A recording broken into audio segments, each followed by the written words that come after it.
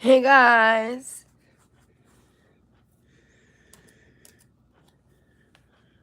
There we go.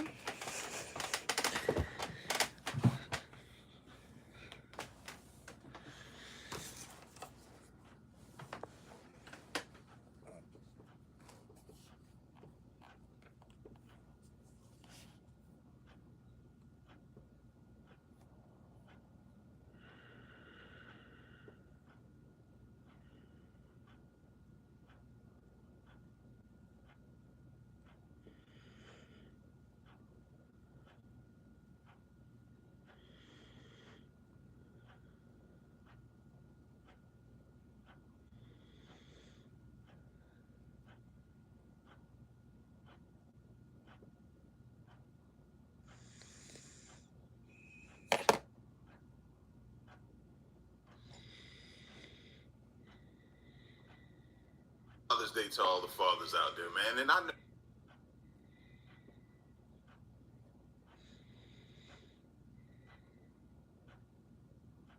You guys know? Oh, nobody's in here. So we got a situation. Man. And you know what? Since it's about a father finding out about some tragic news, happy Father's Day to all the fathers out there, man. And I know it's not Father's Day, but I felt like it needed to be said. Happy Father's Day. All right? Let's get to the video, man. Father realizes his son is the actual killer. Let's get to it. Let's just start with when's the last time that you actually talked to Erin? Why does that matter? When's the last time you talked to her? Why does that matter? No, I'm asking, why does that matter? This is Brent Williams and his wife, Erin Mulcahy. To say their marriage is on the rocks would be something of an understatement. I didn't want to be with Brent because he started to hit me and I don't want to be hit anymore. When did he hit you last? I'm afraid to tell you. Only months after this encounter with law enforcement, the marriage of Brent Williams and Erin Mulcahy would come to a tragic end. Erin had been found... Meaty Glock.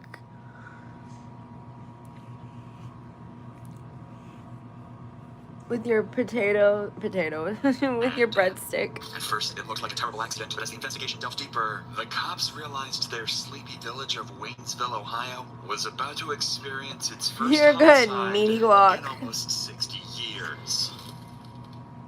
The investigation began on July 7th with a horrifying discovery. What's going on? I'm pretty sure she's been in there for 2 days, probably. Okay. In this apartment here? Yeah. Erin And Mulcahy? ours, yeah. Brent and his dad was here the other day. Okay. First evening, and she was in the shower then.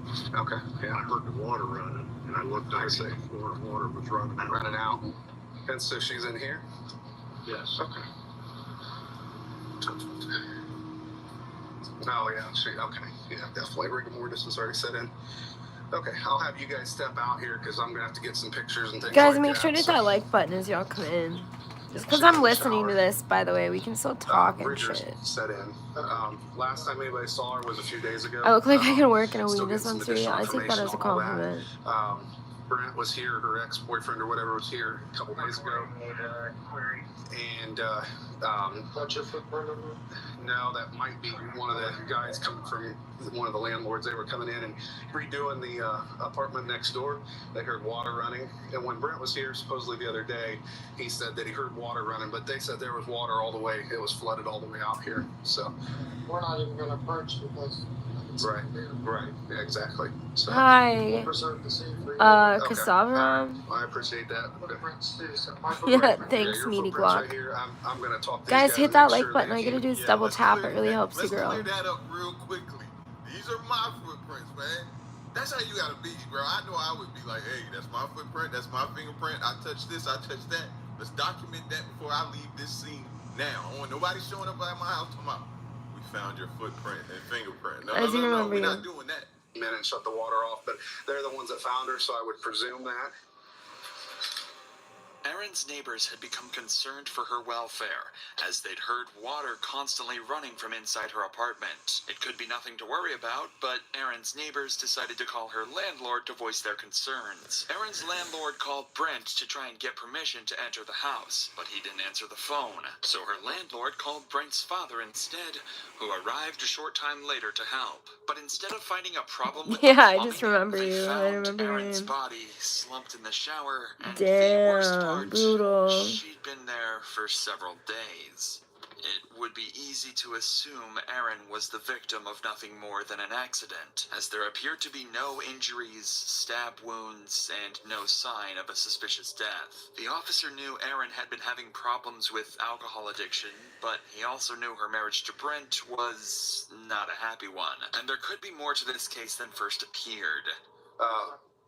Yeah, I'm not sure what it is. I've got to get. Actually, you know what? I do know what that is. That's a nose hair from me. Oh, okay. History of alcohol. It's a nose hair trimmer, he said. I'm listening to this true crime video. It's called Something Weird is Happening in Ohio, the Matthews something. Things like that. So, all right. Howdy. And that's what I don't understand. With the history that they have, who's the first person everybody's gonna look at?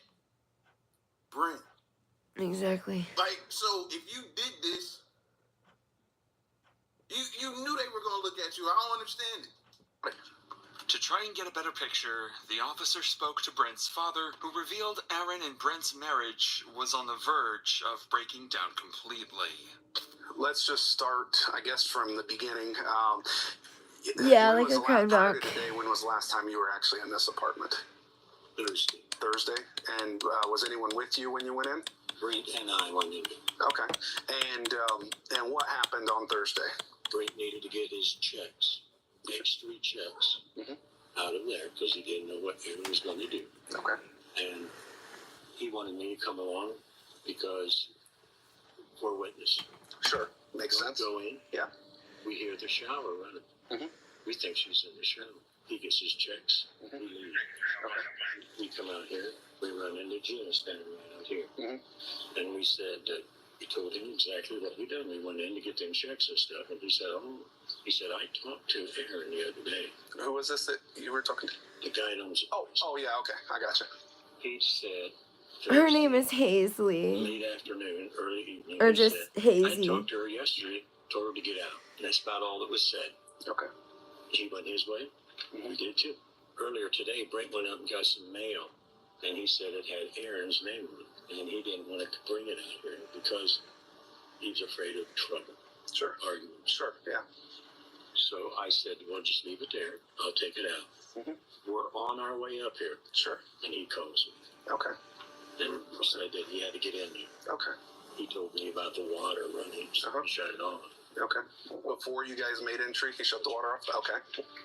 So when I go in there, the door and the bathroom doors closed. I beat him. I open it up, and I thought I seen her laying on the floor there through the glass door. Okay.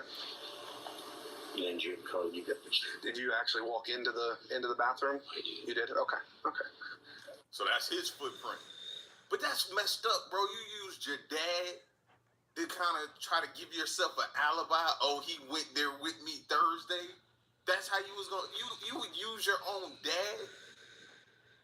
Because now he's out here vouching for you, making it seem like you only went there when it was safe to with a witness, when in all actuality, you were using him. You knew she wasn't alive in that bathroom. So you were using him to make... that's crazy that you would do that to your own pops, man. How long had they been split up? Do you know roughly? What is today? Saturday. Today's Saturday, yeah.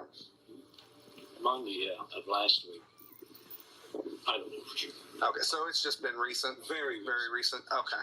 Brent's father also revealed he and Brent visited the house 2 days earlier, and even though they heard the shower running, they didn't physically see Erin, so they couldn't confirm if she was alive at the time. Erin's Guys, father make sure to had hit his that own like theories button. It about really what helps me happened, out. as he'd been dealing with her alcohol addiction and mental health problems for years. In fact, it came almost as no surprise that she had passed away at an early age. My phone's father. Okay. Okay. Nice to meet you. Known him for years from church. Okay. Stuff like that. Okay. He was telling me that Aaron had kind of struggled with alcohol, Yes. some seizures, stuff like that. Is there? She was bipolar too. Bipolar. Schizophrenic. Yeah. I remember her telling me that. As you know, I've been here I know many times. We've Sure, it's been back and forth. Yeah. That's why I haven't been here. And with all of that history, I could see why someone would probably think they would get away with this. Yeah. Alcoholism, bipolar, schizophrenia. What's up? Look at how the dad is even talking about her in reference to her, that we probably knew this day was gonna come. Like, Yeah. Nobody's even thinking that other than the cop because of the history. He's thinking that possibly, but nobody else is really thinking that. So I see why somebody would think they could do this and get away with it. I told them, wait, when you guys get your act together, we'll start acting like a regular family. Sure. Busting and fighting, I'm not getting involved. Right. Because there was one getting me in the middle of it. Sure. Yeah. Sure. Absolutely. But Erin's father also had a crucial piece of information that would help the cops trace Erin's last movements and try and solve the mystery of her death. And I know she'd had seizures on and off, but I didn't know that how bad they were lately. I mean, Sure. She'd been having something lately. I just talked to her 2 days ago. You did? Yeah. On the phone? Okay. Phone, so. Do you have date and time? A date we I can could look at my phone. Okay. phone. Okay. If we could get that, that'd be great. Okay. We're just trying to paint a picture as to You're how we got smelling to where my we're at now. vape. So, Right. I understand. It's entirely possible that Erin hadn't been taking her medication and had suffered a seizure while taking a shower, resulting in her untimely death. If Erin's father had spoken to her on the phone in the last couple of days, then finding out what time he made that call could help piece together this puzzle and determine a time of death. hey, Brent, can we talk to you for a few minutes? All right. But luckily, Brent arrived on the scene and was more than happy to help the cops with their inquiries. At this point in time, everything's, fine, and we're just here to talk and try to get this figured out, okay? Yes. So that's why we're here. Let's just start with when's the last time that you actually talked to Erin? Sunday. Sunday? I moved out Sunday. You moved out on Sunday. Okay. Yeah. Was it kind of a heated argument, or Nope. Nope. She just said, "Get your stuff and go"? I did. My dad came with me. Okay. Got my clothes. Pulled out. Okay. Went to River State that night. Okay. All right. And did she say anything to you when you left, or nothing at all? No, I just said I was very quiet about it. Guys, make sure to hit that like button. It really helps me. He'll vouch that I got my clothes. Didn't say a word to her. Sure. And got out. Okay. There's nothing to suggest either Brent or his father are hiding anything or withholding information. Brent seemed adamant that he entered and left the house as quickly as he could and didn't interact with Erin, other than by text message. But out of nowhere, Brent's father throws up a major red flag that's impossible to miss. Did you guys have any conversation Nope. after that? You hadn't talked to her at all since Sunday? Text her. Yeah, you Okay. want to read the text? You're more than welcome. Yeah, we can. Yeah, that's I fine. really don't bother me. Okay. Remember, Brent, I said don't volunteer. Answer questions, okay? Okay. Okay. This could just be a case of an overly cautious parent, as Brent True, but definitely a red flag at the same time too. Why would you For sure, red step in flag. and say that? If you feel as though your son, but well, what can you say? A parent knows their child, and if there's any doubt in your mind that maybe you know what I'm saying, then you know your son.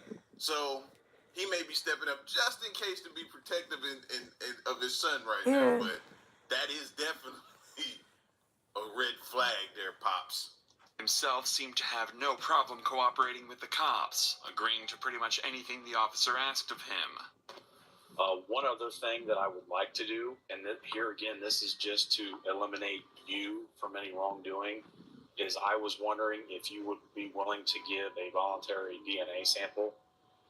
Like For my swab, swab. I'm willing to do that. Yeah, okay, all right, perfectly. That's absolutely perfect. So I got a consent form here. I'll fill that out, and then I'll have you sign it, and then we'll just get a swab from your cheeks, and it's pretty simple. It's pretty, if that's okay with Sounds you. like a plan. But when it came to giving up his cell phone, Brent suddenly seemed reluctant to cooperate. So are you saying that you really don't want to give up your phone at this time then? No, I don't want to get my phone. No, why would I go sleep? I'm sitting here just cuddling my cat and watching this. Tell me to go sleep because you're tired, Jeremy? I don't care. He's okay with that. Yeah, I mean, that's why we asked. I mean, you know. I mean, I'm not trying to hide anything. I just don't want to give it up. Do you mind if I get pictures of those text messages? Brent's behavior aroused suspicion with the cops. Yeah, that look away, that scratch, fellas. You know when we be lying, you know, we go to doing certain twitches that even the women pick up on us that can tell when we lying. You know what I'm saying? He gave off several signs right there.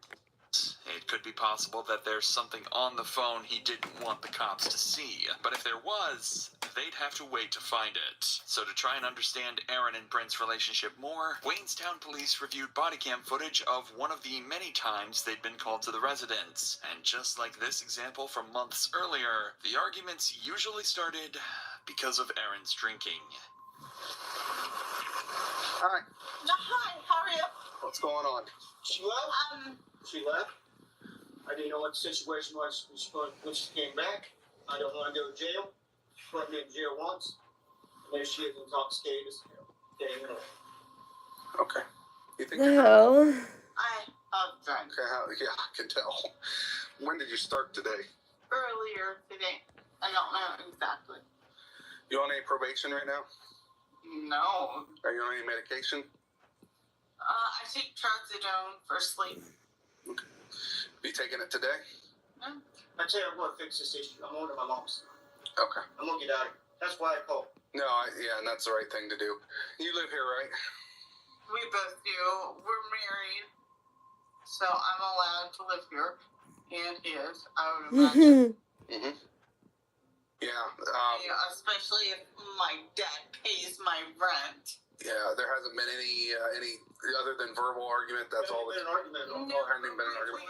Okay. That's why you're here. That's why you're here before something happens. Okay. Well, I can't. I understand. I can't stay here all night and wait until. So what's the plan then? I'm going to get my stuff. I'm going out. Okay. Are you doing that now or? Okay. Okay.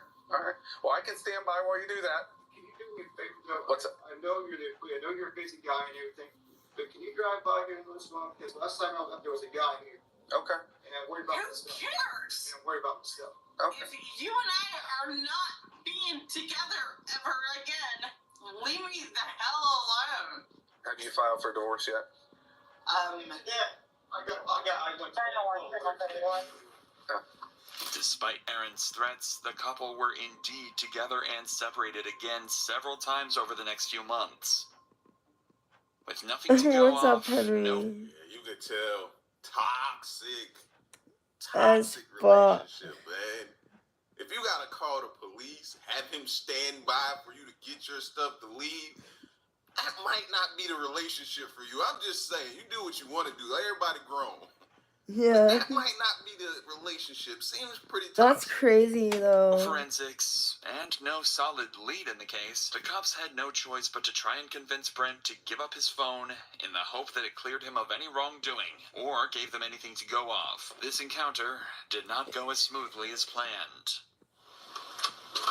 Man, What are you doing? it's been horrible. I'm gonna get a roll on. I got my chicken on. Hello. Hi. How are you? Are you looking for Brent? Living the dream. We are. Is he here? No, he's in Lima. Okay. Is he? Okay. Okay.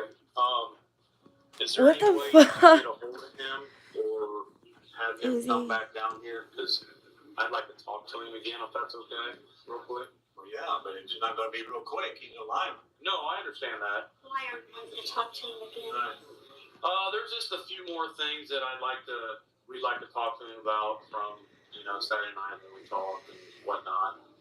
Okay, you got me on it. You got his mother. Okay. You better come across with somebody because I'm thinking my son's going to jail. And you better straight help me out on this. And I'm damn serious. Okay. He's not going to jail. Okay. Sure of that. No, he's not going to jail. Okay. Then I'm going to call. Why would you even ask that? Gonna be charged with Thank you, something? Axe. It's gonna be charged with something. No, we're still trying Oh, to figure hey, out exactly Axe. what's Can going you on. post my new Cash App on there, too? With If you go into the mod section on Discord, the bottom one, there's one that starts with Cash App. Copy and paste that one. If you don't mind. Because there are. Hey, I ain't mad at the parents. Parents are technically doing what parents are supposed to do. Be protective of their child. You know what I mean? Right, wrong, or whatever. I'm gonna be protective until I figure out what's going on. If I don't know what's going on, yeah, you for sure. I'm gonna act just like this dad. Are some loopholes that we're trying to get those loopholes filled up. That's what we're trying to do. I'm not ready to pass out here. Okay. I am Because too. you're working me up.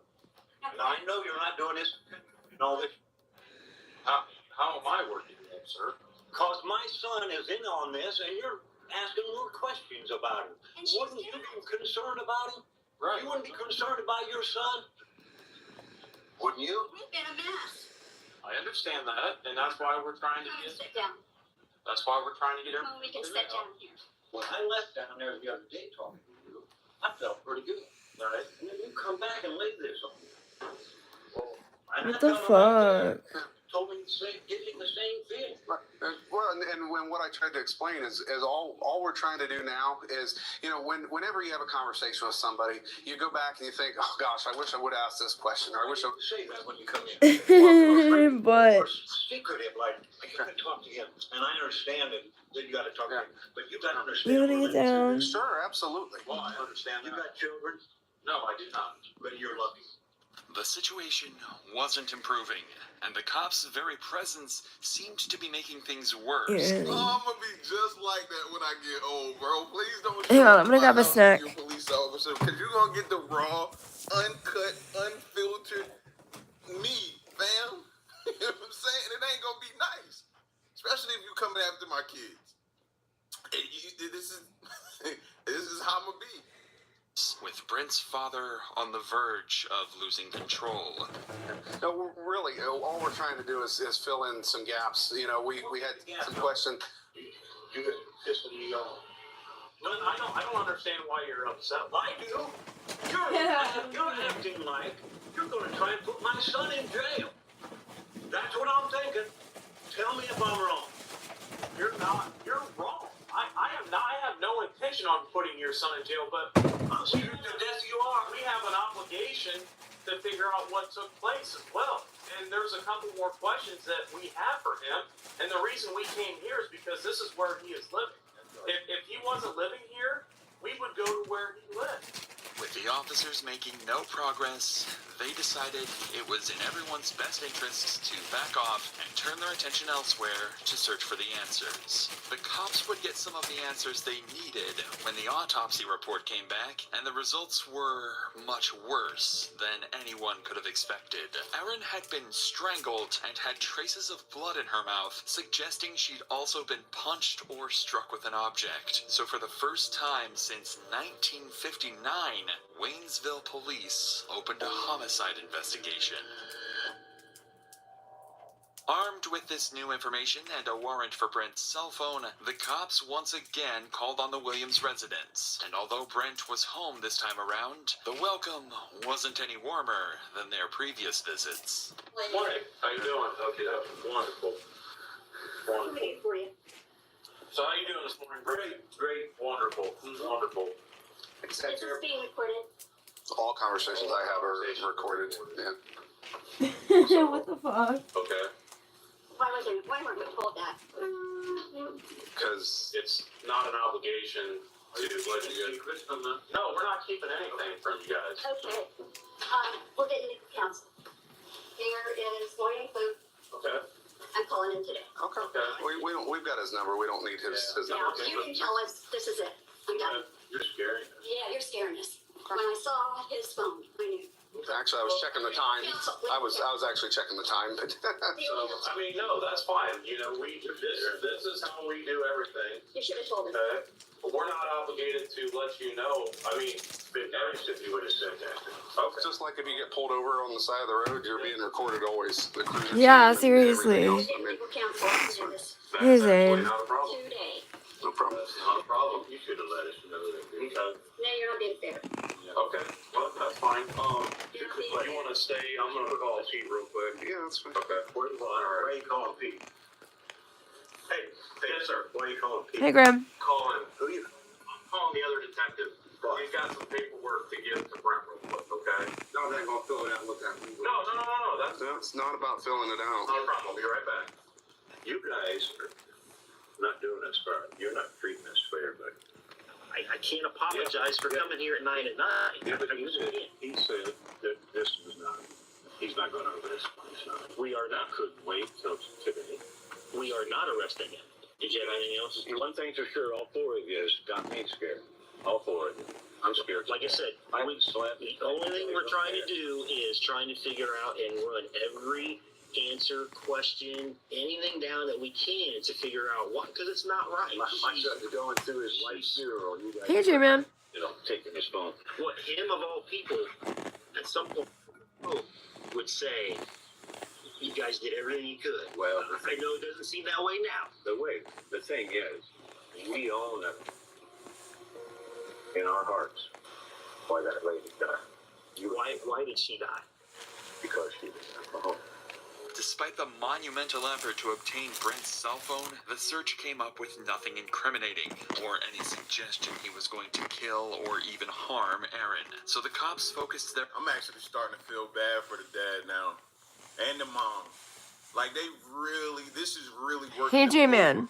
They're stressed out. The dad just said... Can you he's not post the sleeping. Cash App You know thing what I on mean? my, He's standing up going... like the Cash App pin on my Holy- page here? His dad is. His dad is a real OG to me. Salute to him. He is straight up OG. And he going to bat for his son. And all the while, his son, like the title says, is the actual killer. Like, that's crazy what you're doing to your parents Thank right you, now. J-Man. And you letting them do this. You're letting them go through and perform and go at the cop. Everything. Like, they could get jammed up in a situation if this goes left and, you know what I mean? They get so mad that they do something and it lands them in jail. Like, you putting your family, your parents, your mom and your dad in harm's way right now by doing this. their attention on Aaron's phone, and the last time it was active. Turns out, Aaron made a phone call on July 5th, and then went quiet. Brent had also told police he'd sent Aaron a text message the very same night, but she never replied, and it started to look like that was the night she was killed. But it was when the cops spoke to one of Aaron's friends that they realized they might have found a new suspect, a man named Jimmy. Aaron had met Jimmy for an illicit encounter after she joined an online dating app behind her husband's back. I was wondering if you could help me out. I actually am coming to you for some help if you don't mind. Depends. Okay. Well, I'm going to give you a name. And you're probably going to think I'm here for another reason, but I'm not here for that reason, okay? So can I give you that name? Aaron McCauley. There's a very good reason the cops are being very gentle with their suspect, and that's because after he and Aaron slept together, she accused him of assaulting her in an investigation that was still ongoing at the time. The cops could be forgiven for thinking Jimmy is involved, and that he may have a motive to kill Aaron. But Jimmy is clear that he didn't assault Aaron at all, and hadn't been in touch with her since. I don't know if you have heard that she had passed away. No, I didn't know. I haven't spoken to her. What I would like to know is how you met her. Online? Okay. Do you remember what dating website that was? Plenty of Fish? Okay. Jimmy had been... There's actual... Ew, Joe. Oh, plenty of... Tell me y'all not on these dating sites, bro. Plenty of fish. Oh my god. Oh, I'm starting a dating site today, man. And the name gotta be, if not that caliber or better. It gotta be better than Plenty of Fish. Wow. Been cooperative and provided a sample of DNA, so even though he was still on the Ew, I bet. he wasn't involved in Aaron's murder. This left the investigation back to square one. But just when it looked like the case might stall altogether, the cops received information from someone who had become involved with Brent after Aaron's death. And what she told the cops blew the case wide open. This is Tiffany, and she met Brent after they started chatting on a dating website. He wanted to meet up with me last weekend, and I kept telling him I had to work. Okay. Well, then he kept texting me Yeah. and calling me, so I finally got back a hold of him, and then we were just texting. So we met yesterday over at Shawnee Reed Road, but he started talking about his wife dying. I'm like, okay, I thought maybe it happened, a while ago. But in the morning we're talking, so how long did it happen? Oh, it's not been 2 weeks yet. So my first reaction was, are you serious? I mean, my husband died, and I'm a widow.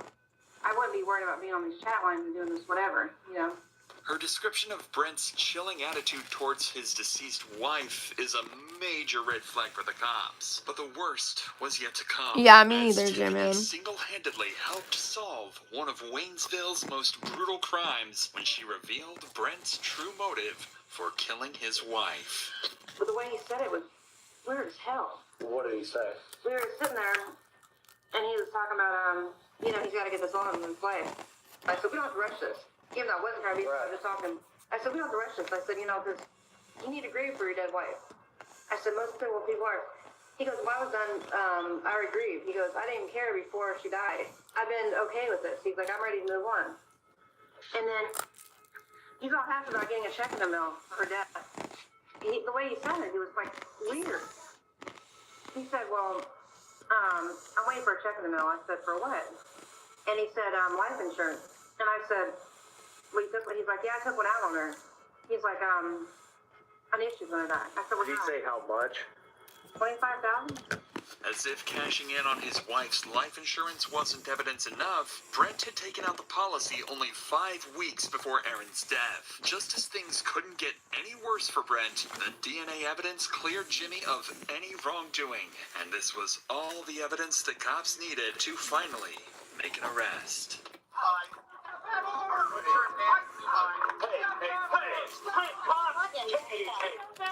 He does know about Johnny fucking Red too. What the hell? I don't care what he's got. You're better. I'm gonna tell you something right now, sir. All right, go. He did not do this. Correct. He did not. Yeah. Stop this! First of all, you're arresting me when I didn't do nothing wrong. That's fine. Let's go. What's gonna change?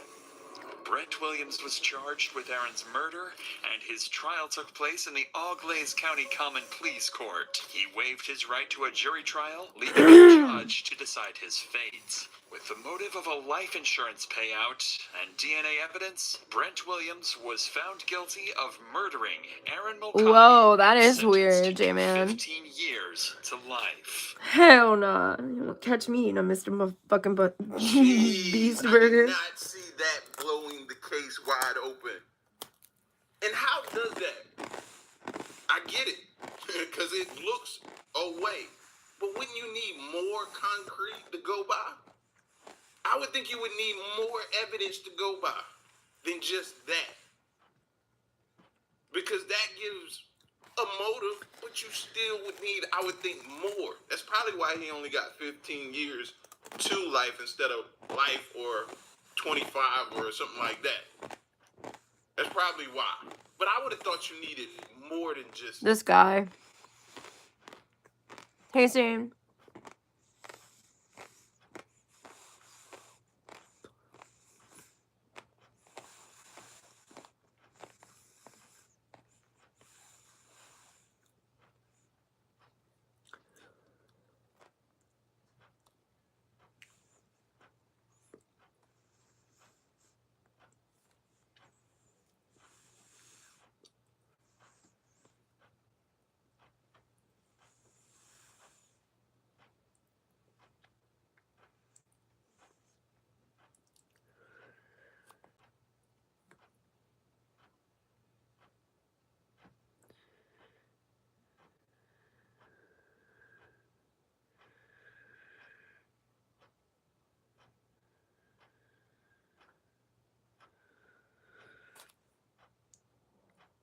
This says what this body cam edition captured terrifies the whole world. Let's listen to it. So we got a situation. And this don't get talked about nearly enough, right? So I'm gonna pose the question to y'all: How important is a good neighbor? Speaking for me, a good neighbor is very, very important, man. Vital. I agree. Almost, right? Because I've had both situations. I've had the bad neighbor to where we've almost came to blows, and my current situation where I have great neighbors. Bro, your peace, when it comes to your peace and peace of mind, good neighbors are very important. So this situation here, not so much. Let's get to it. You're supposed to arrest them, not me, Daniel! A big black man hitting me, it is traumatic. And it is rape. It's traumatic. 2021. Guys, make sure to hit that like button as you come in. In response to reports of a disorderly individual. Ma'am, stop yelling! Stop yelling! Stop yelling so I can address the situation. Please. Please stop yelling so I can Hey, Jonte, address hopefully we what's get people going in here that on. talk. I'm here. Please stop yelling. Please. Sir, it's my problem. Okay, I understand that. Well, please stop yelling. Please stop yelling. Okay, can you see me? Can you please stop yelling? I'm gonna report you for police misconduct. Stop yelling. Man, I'm telling you something, man. She's not supposed to get you. And she's going to go to jail for terrorism. Close the window, ma'am. Wait a minute. All right. I ain't gonna take too many more of these shots, bro. First of all, the big black male comment, I was like, all right. Jonte, the title said with this body cam edition captured terrifies the whole world. I don't know. Huh? You got some nerve, don't you? I can just tell by the accent. I am not in Texas. You got some nerve, don't you? We gonna keep going, Joe. We gonna keep going. We gotta get to the facts. Straight facts. No, she's drunk. We gonna get a long story short. She damaged our property. Her husband said he'll pay for it. As long as he pay for it, we ain't got no problem. Okay. Now, the other night, she came out the house with a gun on my children. We reported that. Now, tonight, she scratched up the cars. Now, he said he'll pay for it. There he is. And if he pay for it, that's your wife, son? Yes. We ain't got no problems. I was just trying to settle her down because I can't think with all of the yelling going on. She put on my car just now. Terrorist threats. No parking in front of my home, you effing. I don't know what that says. Can't they blocked it out? Private property. Remove your filthy car. I will burn you next time. Homeowner. Sound like a threat to me. Yeah. I mean, and did y'all look at the husband? He looked like he don't even want to be inside the house. He looked like he done dealt with it for way too long. Officer, if you want to separate them two, I'm pretty sure the husband want to go somewhere else. Yeah, Jonte, I heard that too. But this is crazy work. And to be honest with you, this is what me and my neighbor got into it about. Right? Leaving a note on my car. Because I was upset about his animals being in my yard all the time.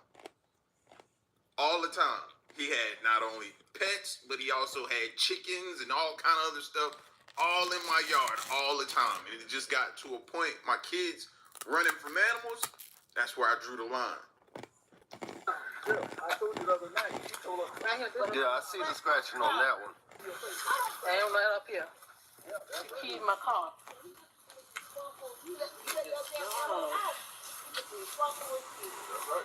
When did this happen? Last night. Last night? We opened the garage and seen him. Now, that boy husband, he said he'll pay for it. What am I up to just listening to this true crime thing? As long as he write a check and pay for it, we good to go. And this right here is terrorist threats right here. That's a felony. I see that. You know what I'm saying? If she's not arrested for terrorist threats, then what? When she kills somebody, then y'all gonna sit there and say, "Oh, we didn't know." It's the I will burn you. I see it. Give me a second. Let me talk with him for a second and let my other officer get here on scene. Okay. What's going on with your wife? It's a mental health issue. It's as simple as that. She's been in the hospital for about a year. She's been out for the last 2.5 years. A couple nights ago was the first issue that she's really had with anyone. You know, it was heartbreaking. And so was this. I don't really know what to say. A few years ago, she had a diagnosis, but when she was released from the hospital, she didn't have a diagnosis. But she's on probation right now. Yeah, it's just real heartbreaking. Can you tell me about? He ain't said nothing the other people did wrong yet. Nothing. Nothing. He hasn't said anything. Like, you would have thought he would have came out and been like, well, they've been doing this, they've been doing that. You know what I mean? And this is her response. Nothing. He came out saying everything that she has going wrong with her. What's wrong with her? Her diagnosis. That's it. That's crazy. And then his tone and her tone are two completely different things. Y'all notice that too? This stuff here. I'm worrying about it right now. I'm ready to go to bed, and next thing I know, I hear the door opening, and like, what's going on? She's out here. So I guess she put that sign on the car, and then she started screaming about no parking in the house. You saw her. You were aware when she was outside, or did you know when she came outside and started doing any of this? Well, I heard the door open, and I came to the front, and I saw her out here. And I said, what are you doing? What are you doing out here? Get back to the Hazy, come here. I'll hold you some more. Come here. Mr. Smith, he's a resident of this Okay, then home. don't. When I got here, while he was down here with them, they basically, talked. He said he's willing to pay for the damage that she caused.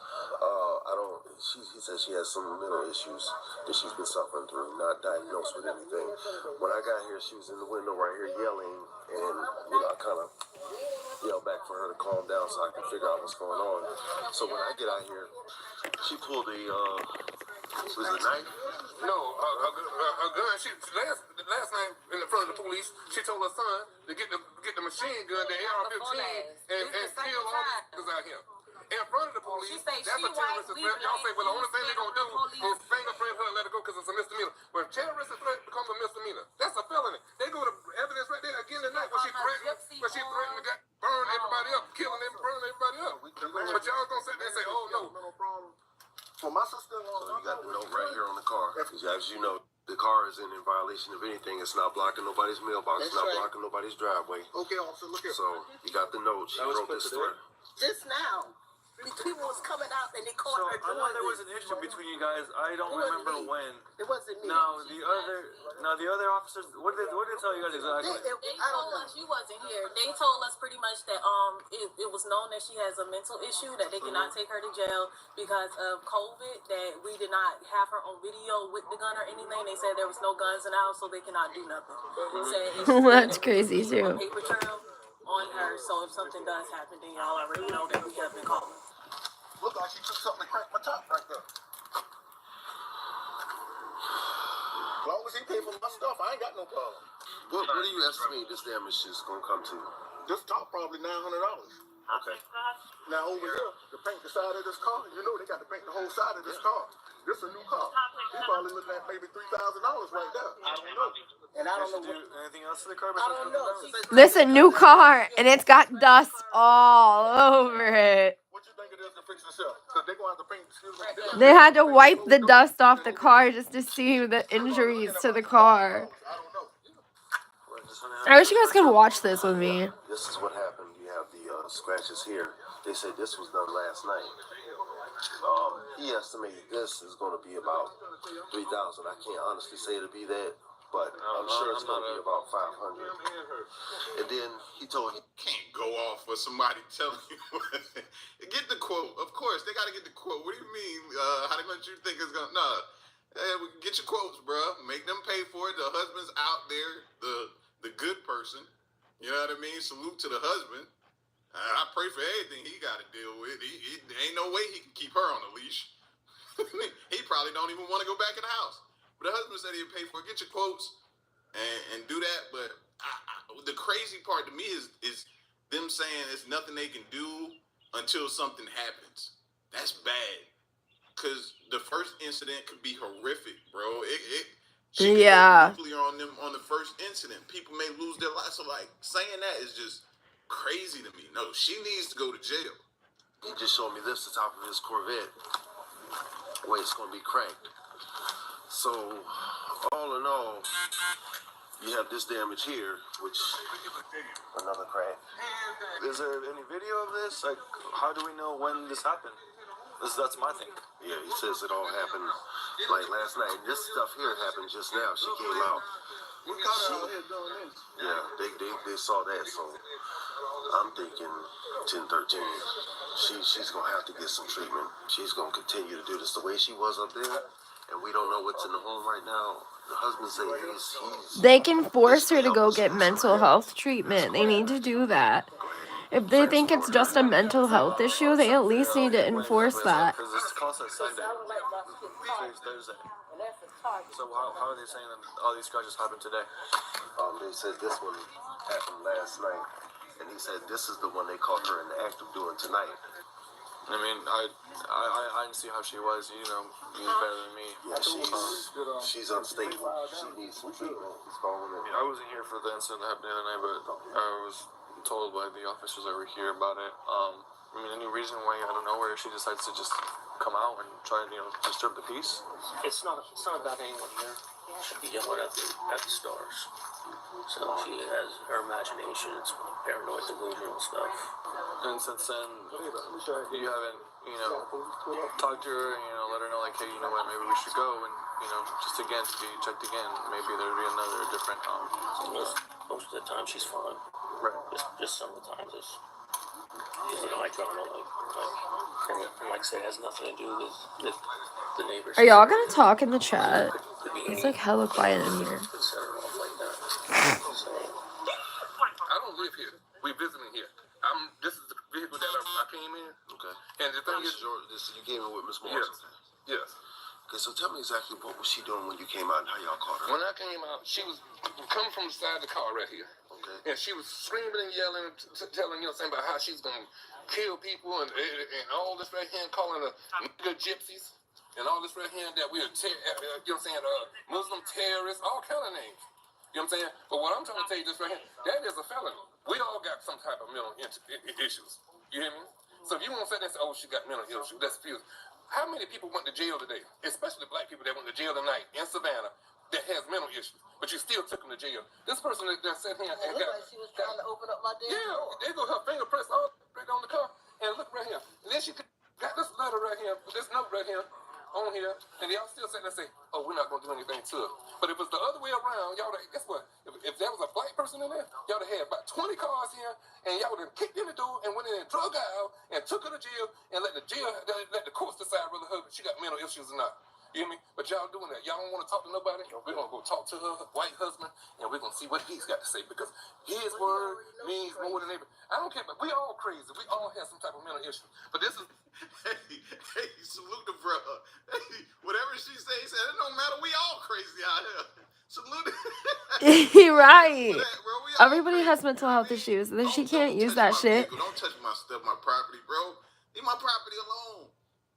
If you want to go crack in people's property, crack your own. Because he has not said anything bad. Hi, File. I'm listening to a video that says with this body cam edition captured terrifies the whole world. He's willing to rectify the situation, everything. He knows it's her. I'm ready for them to go inside. Let's go inside. Come on, let's dress it. Let's see her. Let's get to her. This is a felony. What I'm trying to tell you is right now. I want to just ask for calm right now so we can figure out the appropriate charge and our course of action. Let's do that, because I don't appreciate being called a whore. That lady don't know me. The threat is right there. Okay, let's go put our heads together and see what we're going to do. Because I think that she does need to be removed from around here. At the very least, that'll get them settled back down to where they can think rationally instead of just saying, oh, we believe in the white person over the black people, over what actually happened. So, yeah, let's go ahead and get on that. She went in the house. She came out. Said, I'm going to kill you.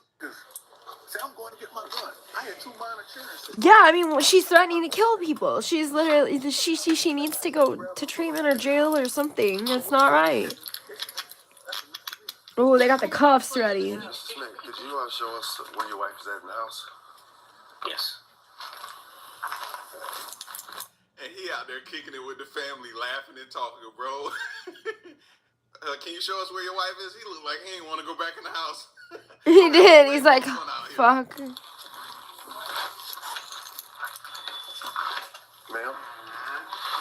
Officer Thomas with Savannah Police Department. Did you come to meet with me? Yes, ma'am. Unfortunately, can you go ahead and place your hands behind your back now? Why? You're under arrest for criminal damage to property in the second degree. What property did I damage in my property, sir? Ma'am, please don't resist. No respect. We're going to explain everything. What property did I damage, Daniel? Just go ahead and put your other hand. Well, what property did I damage? We'll let you know. Just put your other hand. No, what did I do? Yes, ma'am. What? And the note you put on the car, everything that adds up to criminal damage in the property in the second. I'm the owner of the house. Yes, ma'am. No, I'm waiting for the police because I just called the police. Okay, we are the police you called. No, you are the guy that... And I'm not going to hurt you. I'm going to ask you to place your hands behind your back, okay?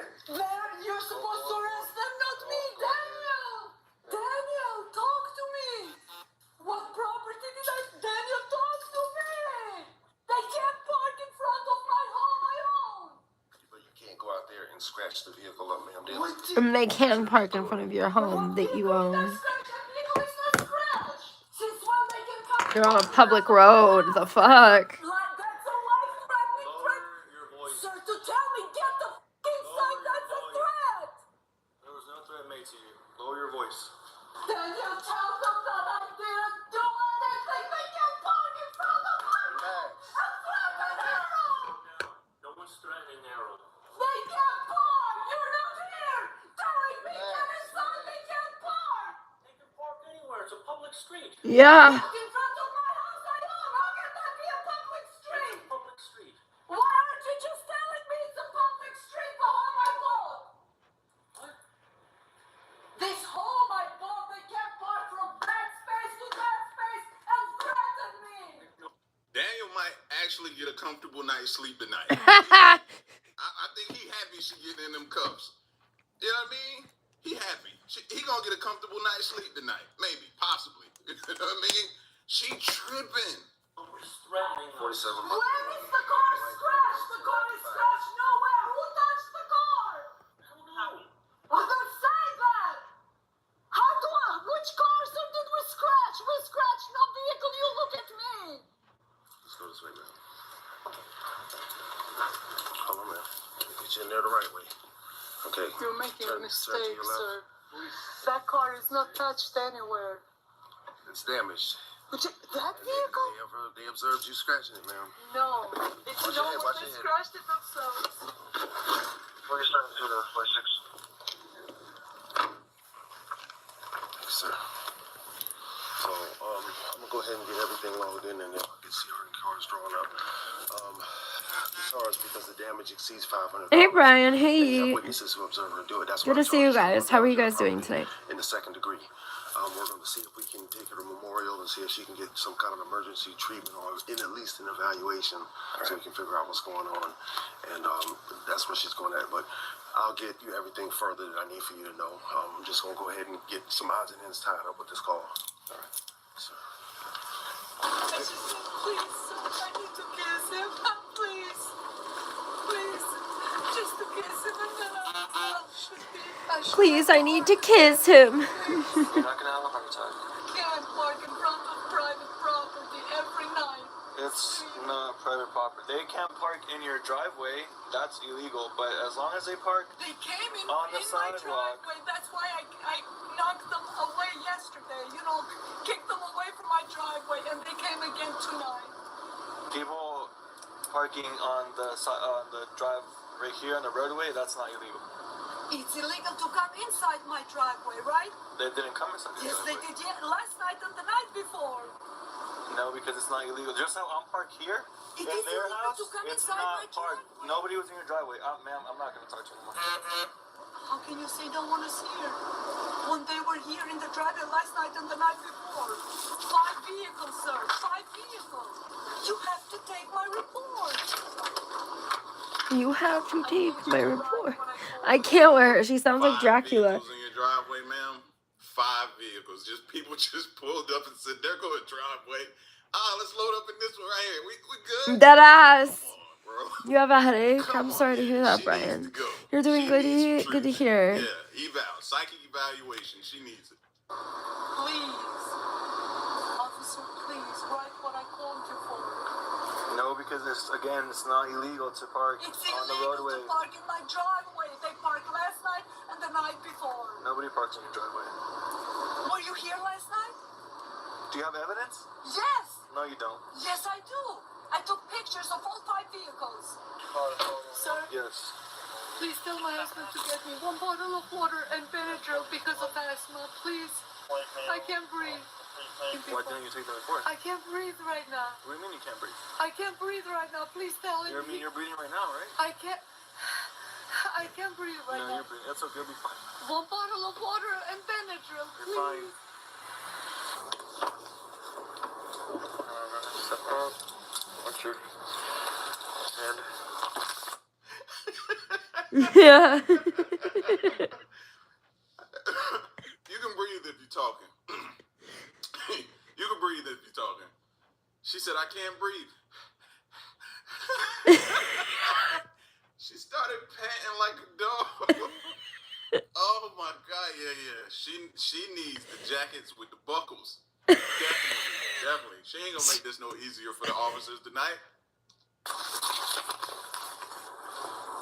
Will someone listen to me so they can write my report as to what happened? Yeah, I mean, they can talk to them, but like I said... But why didn't you write what I'm telling you? No, because Why I know didn't you write earlier what I'm about the telling vehicle being you? parked. I can't with this Yes. girl. So, nobody was parked in the driveway, ma'am. Everybody was on the road. I understand, but you need to write what I called 911 for. And what I called is for the last 3 nights. They're coming in my driveway. So tonight they made the turn. I said, get out of my driveway. Don't park here. But And the nobody was parked there. derogatory language, Nobody was parked there tonight, though. when you came, nobody was parked. Right, When and you that's were when you the- called. You called because somebody was parked there, but nobody was parked there. No. I called because somebody was parked in my driveway. When I told them, they moved back. They parked on the side, and they told me, "Are you gonna write my report?" No, ma'am, because it's not a crime. Do you need to go to the hospital? Yes, I got pushed and punched in front of my house. I am traumatized. My son. Now she's saying she was pushed and punched. Yeah. What? Yeah. Nah, bro. See, I see how a person can just fabricate Guys, stories this out girl. of thin air and then just keep building up. I like this guy's Now all of a videos sudden because you've been it's pushed and borderline, punched. is this real? If that was Like, the case, you because would they're have so led with it. funny. You'd have been standing outside when the cops came instead of standing in your window in your room. Yeah, But now all screaming. of a sudden you was pushed and punched. What's up, Vaz? Man, bro, the lies. I was crying at home because 20 black people came and attacked me in front of my house, sir. Also have to go by the fact that she has an injury on her head. Thank you, sir. I'm making the same face that guy is. We were just like, At some point she had to have been struck her head. Yes, thank you. And this is what I told the officers. That's why I called 911, and they disrespectfully got there. ignored everything I said. Please let me finish, sir. When I got on scene, she was nowhere to be found. This is racial. They hit me, they pushed me, and I can't breathe. Still have to take it. is she right? Sir, Alright, let's go. Was there actually 20 black people that came and fucking attacked her? Because the medical guy just said that she had to have been punched. I'm at home. I live in a 2-floor house. I'm homeowner, and the neighbor that I had in the property where I live, he wasn't there anymore.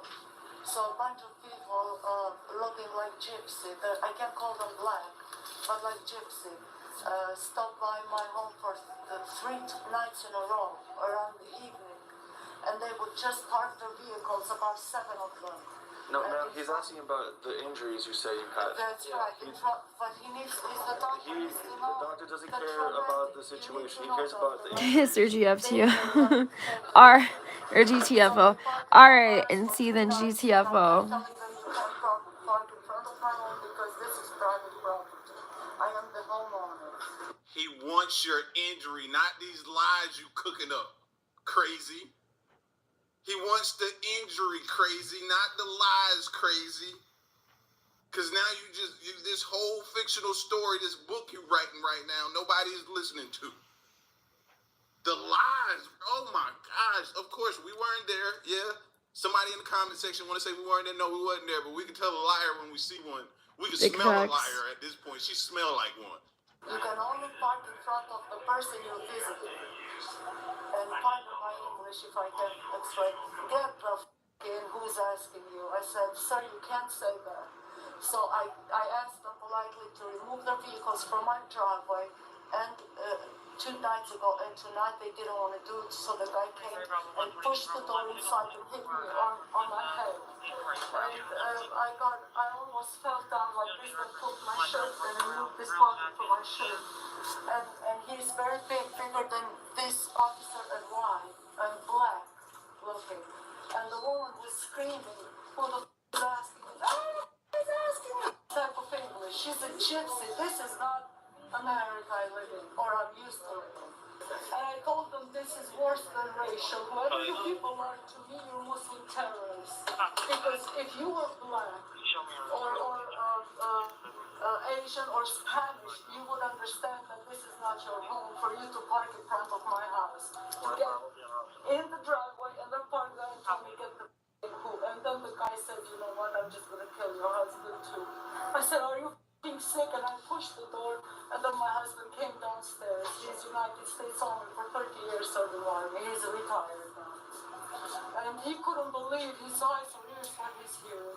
And that's what I'm trying to tell this officer, and he doesn't care. In simple English, does not care. I've been assaulted tonight, and he, as an officer, doesn't care to take my report. And I can't breathe. Okay, hold on 1 second, okay? And I can't breathe after she just... You're not having an allergic reaction? Another thing that I can say is your pupils I cannot really smell. So I don't know if you've been drinking earlier or something, or you took something. I'm not saying, huh? I got assaulted. But that could be, okay, the reaction from the adrenaline. Okay. No, reaction from head injury. But not traumatic brain injury. Yes, it is very traumatic. All right, okay. A big black man hitting me, it is traumatic. And it is racial. I think that'd be very scary. It is non-American. I don't know about that, but I hear you. After being medically cleared, the woman was charged with criminal damage to property. Good and question, simple assault. Brian. I have no However, freaking the arrest clue. report did not clearly specify the reason for the simple assault charge. Share your thoughts below and remember. Hey, y'all notice something? The husband wasn't there.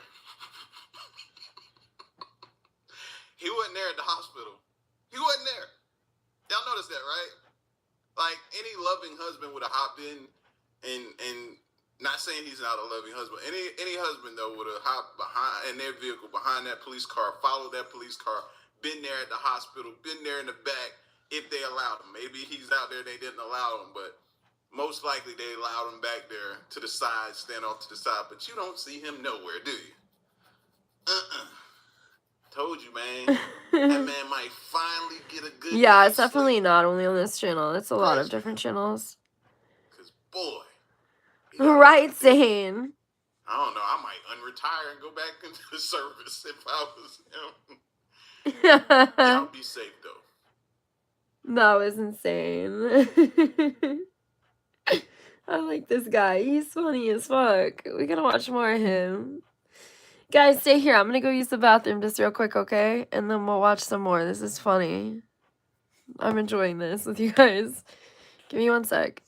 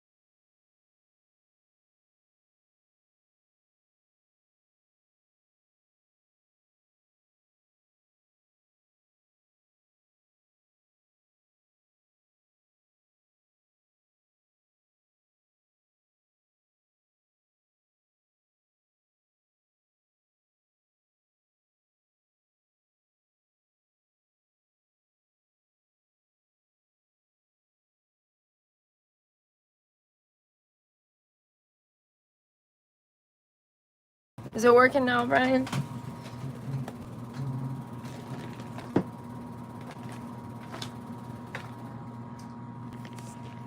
Just trying to make sure you guys can hear me.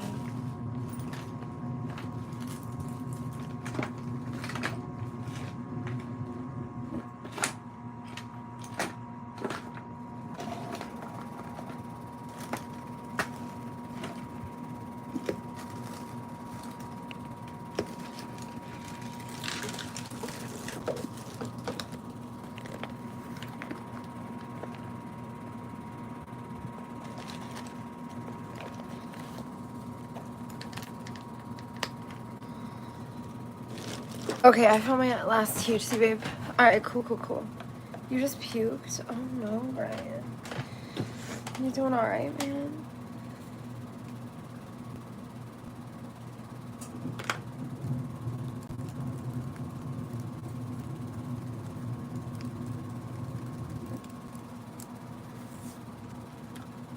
Oh no. So one of my mods had to have an ambulance come get him. No. Hopefully everything's okay. Let's just...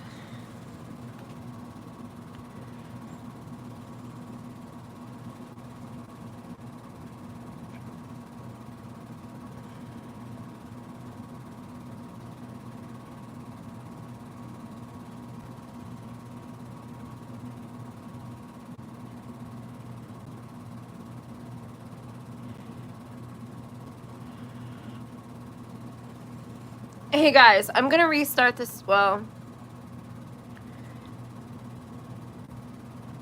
I hope you're okay too. I'm being sick. Do you, does it feel like a flu thing or like an intestinal thing? Because I know you have intestine issues too.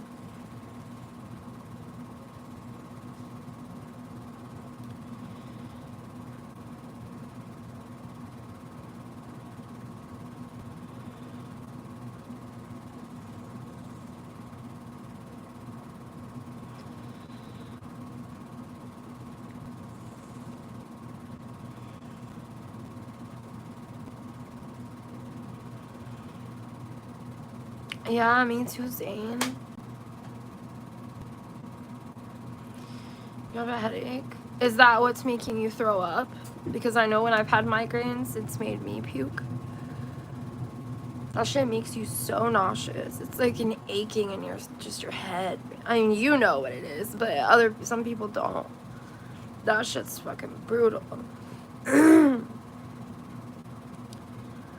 can't imagine being somebody who's never had a headache. That's what I'm wondering. I'm wondering if maybe you're throwing up from your migraine right now. Because, you know, that happens often.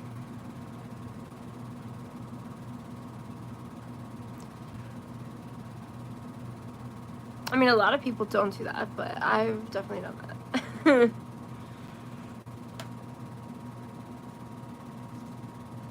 There's like no THC in this. I don't know how it's hitting still.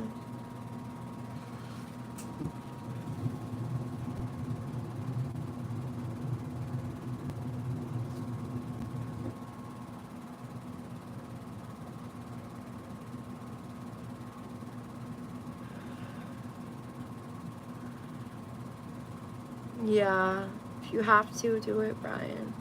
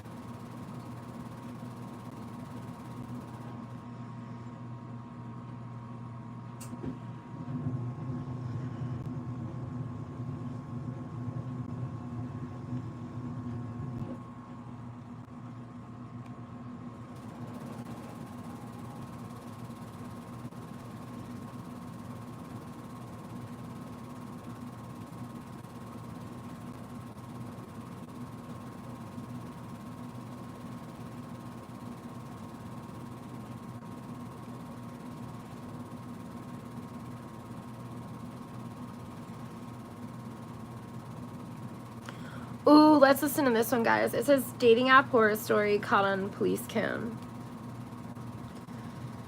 So let's listen to it.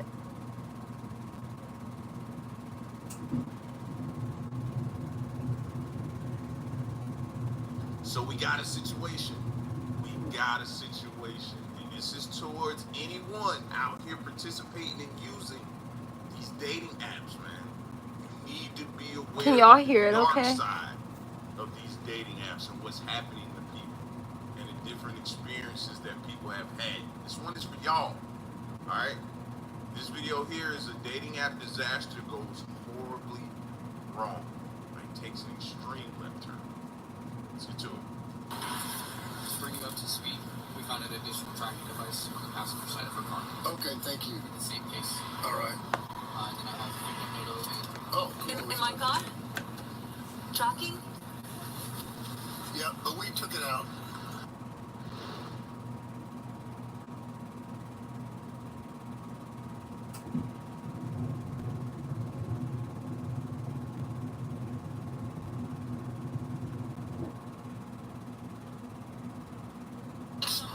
Something around that? How do you know him, or how did you? I was dating him for like 2 months. We went on like 5-6 dates, and not dating like boyfriend and girlfriend. We went out on a few dates, and I told him since June 26th. I told him stop. I don't want to talk to you. I blocked him from everywhere, and the guy keeps like calling me, sending me messages, me everywhere. He just at some point he just like turn around and say, hey, like, how are you? And he like, oh, she goes on a bunch of dates. Oh, she this and that. And then he told him like, oh, that he was gonna like give him his hand, like, oh, like good luck or something like that. I don't even remember what he told him. And you said you filed police report with. A few months ago, yeah, not with Coco. I filed it with Melbourne. Melbourne, because he followed you out there. So he's been calling me and like non-stop, like it's been like non-stop, and sending me like the birthday present and sending me a bunch of things, and I'm like, I just don't. Why do I feel like this is common on these dating apps? That these situations aren't few and far between. Like, they're happening a lot. Why do I feel that way? They are. Are y'all experiencing that type of stuff a lot on these dating apps? That just seems like, yeah, that's probably a common occurrence that are happening to not only women but men too. Like, come on now, there's some ladies out here that has those tendencies as well. Just crazy everywhere.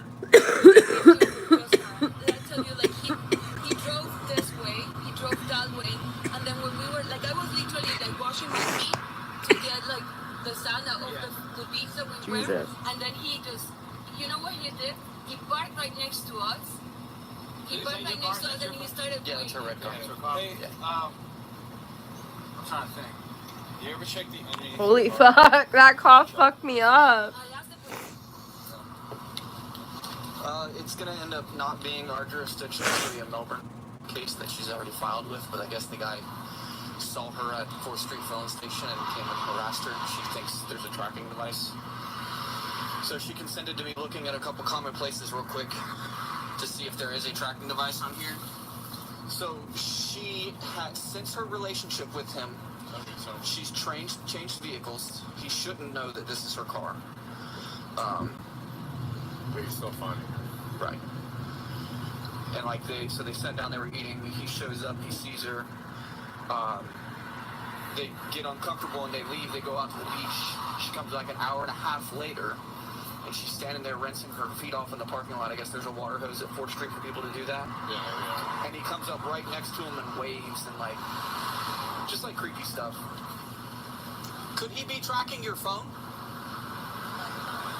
He did send me some pictures a few months ago on the zip file, and I never opened it. Okay. He could be remotely tracking your phone. Attachments that he sent to me. Yeah. Walter, get out of the car, Walter. Yeah, okay. He's still around the area.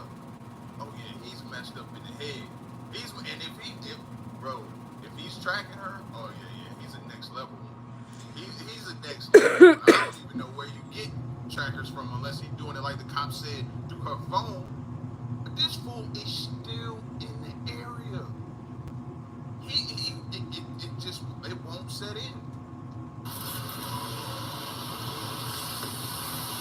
You're being investigated for... So you are not free to leave at this moment. Do you understand that? Yeah, that's fine.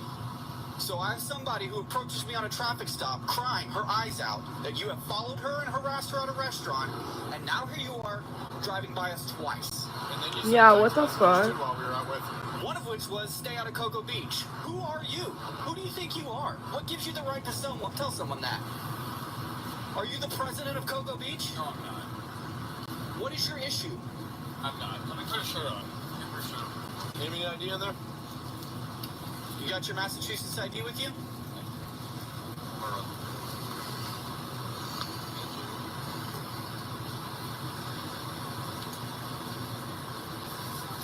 And I hope they don't just give him some, restraining order. She's getting a restraint. That doesn't help. And No, Cody. Probably not. that hasn't happened since forever. I hope he goes to jail. Like, do something else. With the restraining order, please don't just do that. Do more than that. Because if he's willing to ride by and y'all out there, he don't fear y'all. He might not even fear jail, to be honest with you.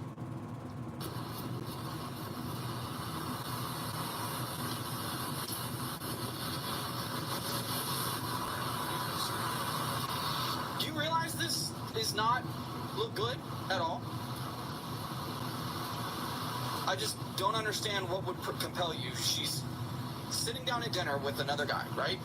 Your relationship with her was very clearly ended by her, right? What the fuck is wrong with this Why would you guy? even try and talk to her?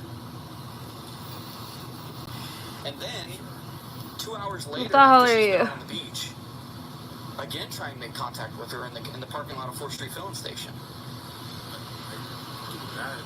Right. What are you, Dave? Real I talk. appreciate it. So, you're telling me that 2 hours ago you didn't go to dinner at 4th Street filling station, or did you? Well, no, I stopped at 4th Street to meet a friend. Okay, which is your right. It's a public place and it's near your home. And then I bumped into her. Okay. And then I did have some words with her. Okay. And then she says she went to the beach for like an hour and a half, and when she came back and she was rinsing her feet off, you come up next to her and you start waving at her. Where was she rinsing? Like, rinsing her feet off? At 4th Street? Where her vehicle was still parked? What's up, Lobo P? Yeah, Cat 5. Did you know show that at Cat 5 that you never left? What? Video? I left like 3 times. Okay, so where did you go when you left?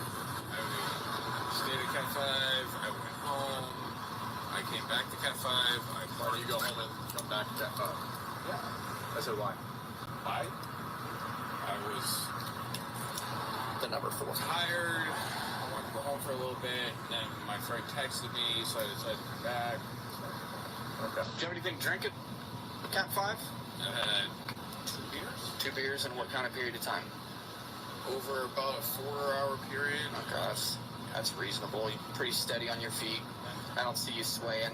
You got a little bit of bloodshot, but it's not anything that would lead me to believe that you're intoxicated while driving. No, don't cut him no breaks. No. Listen, if you feel like you need to do a test, let's do a test. Let's do a test. You know what I mean? Maybe he is. Maybe he might be a candidate for it. Let's not cut him no breaks, bro. That ass. Don't cut him any motherfucking breaks. He's probably fucking drunk as hell right now. Hey, bro, you shouldn't be doing that. You know what you're doing is bad. This, that, and the third, spanking him on his hand. Hey, the words, no. Because then it only progresses from there. He's obsessed with her.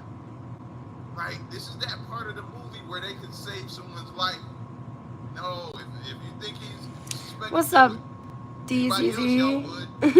But at the same time, you know what alcohol's biggest symptom is in human beings? It affects our judgment. You think that maybe our judgment tonight has been a little half-brained? I agree. So I stopped at 4th Street to meet a friend. How many friends is he meeting? He said he's met up with 3 fucking friends in the same place. I hadn't seen her in about 4 or 5 months, maybe 3. And I made a bad move. I told her, another Bumble day, you're gonna come to Cocoa Beach. you know, I would appreciate it if you didn't come to Cocoa Beach, and that was a mistake that I made. Well, there's a bunch of other text messages from the other number that she had saved from your primary. Yeah, I asked her to not come to Cocoa Beach. No, the other phone, not the text tonight. All the other text messages you've been sending her over the past week. The past week? Yeah. I have not. Past few weeks, I should say. I have not contacted her in at least like months. And I asked her like,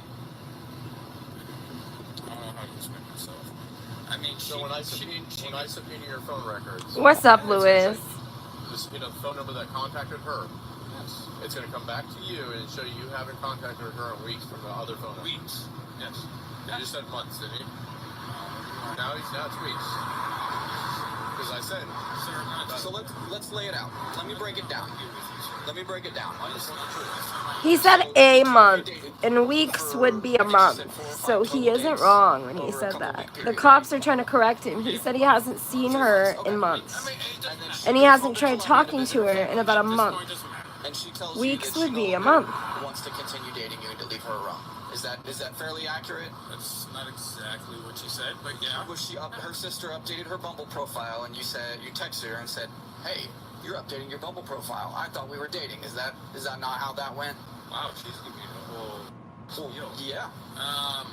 No, that's not exactly what happened, but yeah. But it's pretty close, right? Yeah. So I'm on the right path here. Whatever she wants. So she told you, "Hey, it's not working out. Whatever's going on."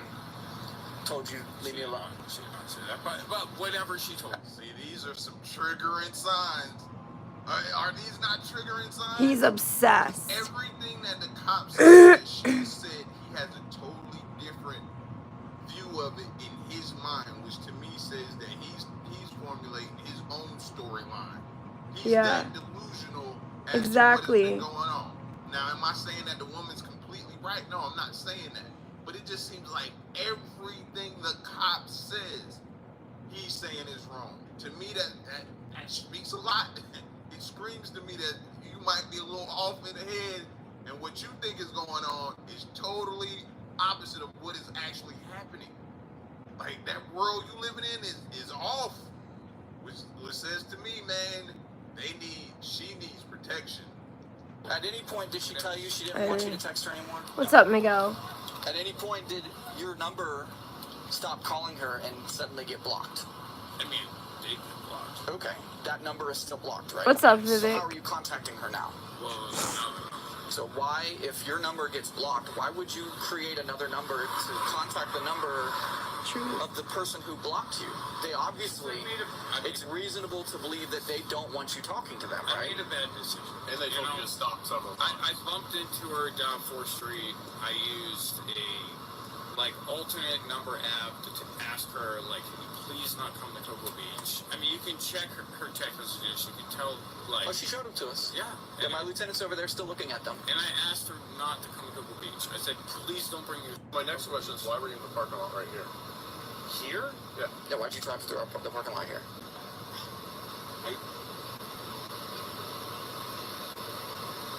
It seemed like, I don't know. Another bad decision, right? You seem to make a lot of bad decisions. And somebody who's just constantly making them are gonna make worse decisions pretty soon, right? Right? That's pretty much what you're getting at. No. Take them. I know you can't, but find something to take them. You realize how this looks. Totality of the circumstances. It looks like you're driving on a license that you should have a Florida license by now.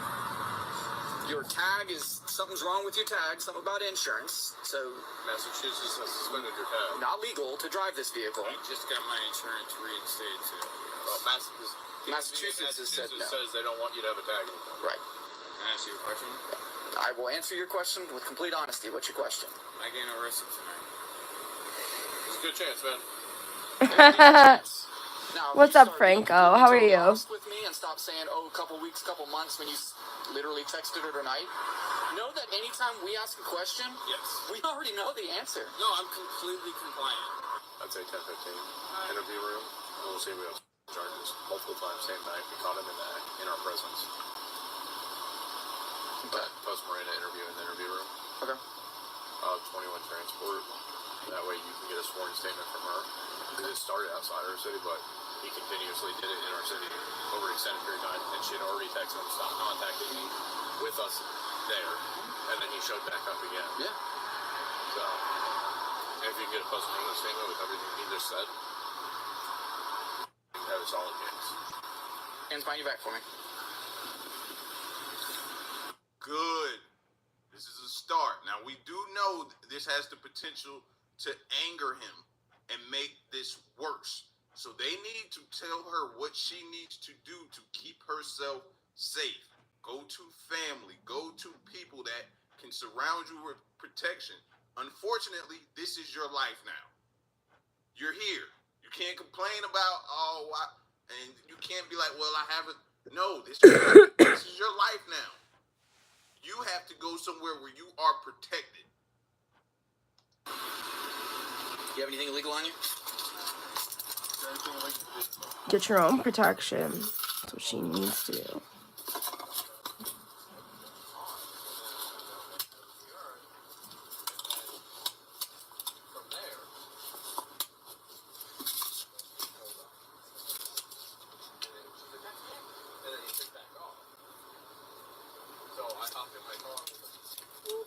So I just backed off.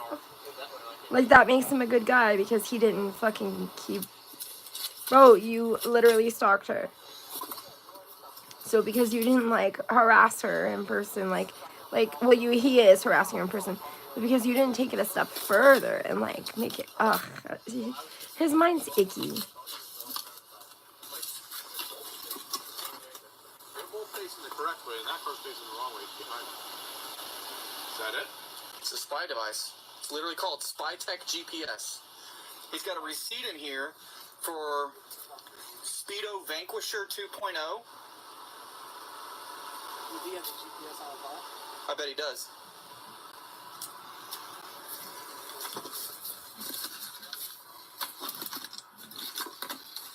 Bro, Yes, I do. I'm not sure yet. It's probably stalking, menacing, probably, I would assume. Spying.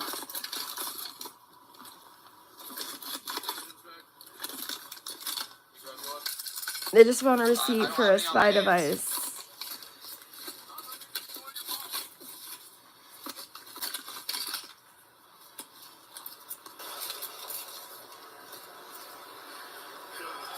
I have a feeling his security clearance is probably going to have issues here. Yeah, I think so.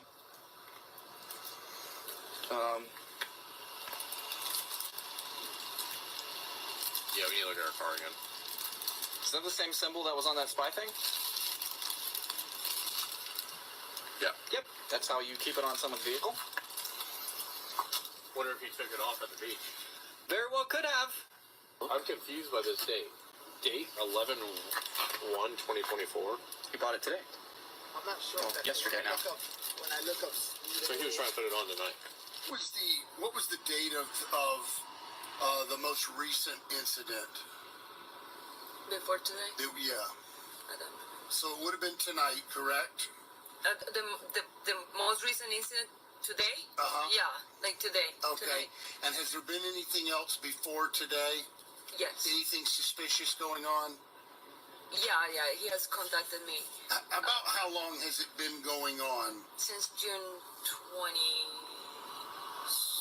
26th, I think I asked him to stop contacting Nobody's me. begging, And then bro. he just kept, The fuck? Just because my mods put my cash up and shit? All YouTubers fucking do that. Nobody's sitting here begging for anything. You don't have to do it. It's no biggie. It's mainly because I'm monetized and people donate as it is, and YouTube takes 30% of donations. So some people like to donate directly, so they bypass the YouTube thing instead of, going through YouTube to do so. Because they feel like they're losing money that way, basically. And in July... Well, everyone is, except for YouTube. phone, I blocked him on July. So you don't have to be a fucking douchebag. Okay. Just saying. And this was all this year, right? This past year? Yes, 2024. Okay. Yeah. Okay, thank you. I've never once asked any of you for money. I've never once been like, yo, if you guys can send me some money, that'd be awesome. Never once.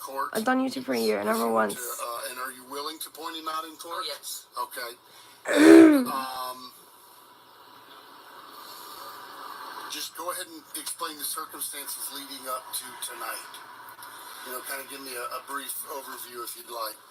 So, or be as exhaustive as you want. If you want to go all the way back to the 26th, that's fine as well. okay, so before the 26th, we met on Bumble.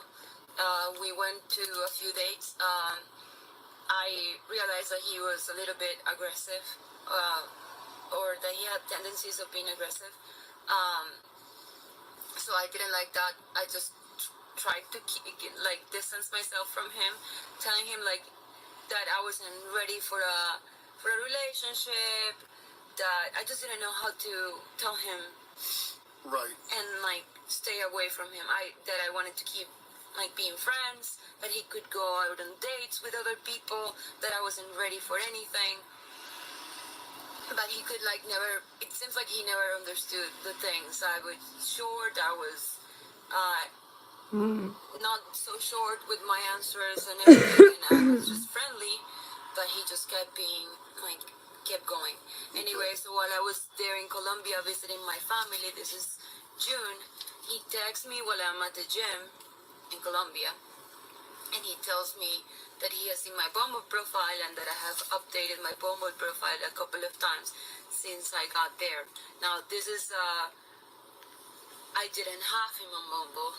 I still, to this day, have no idea how he figured out that I had changed my Bumble profile over there, because I didn't have him on Bumble at that point.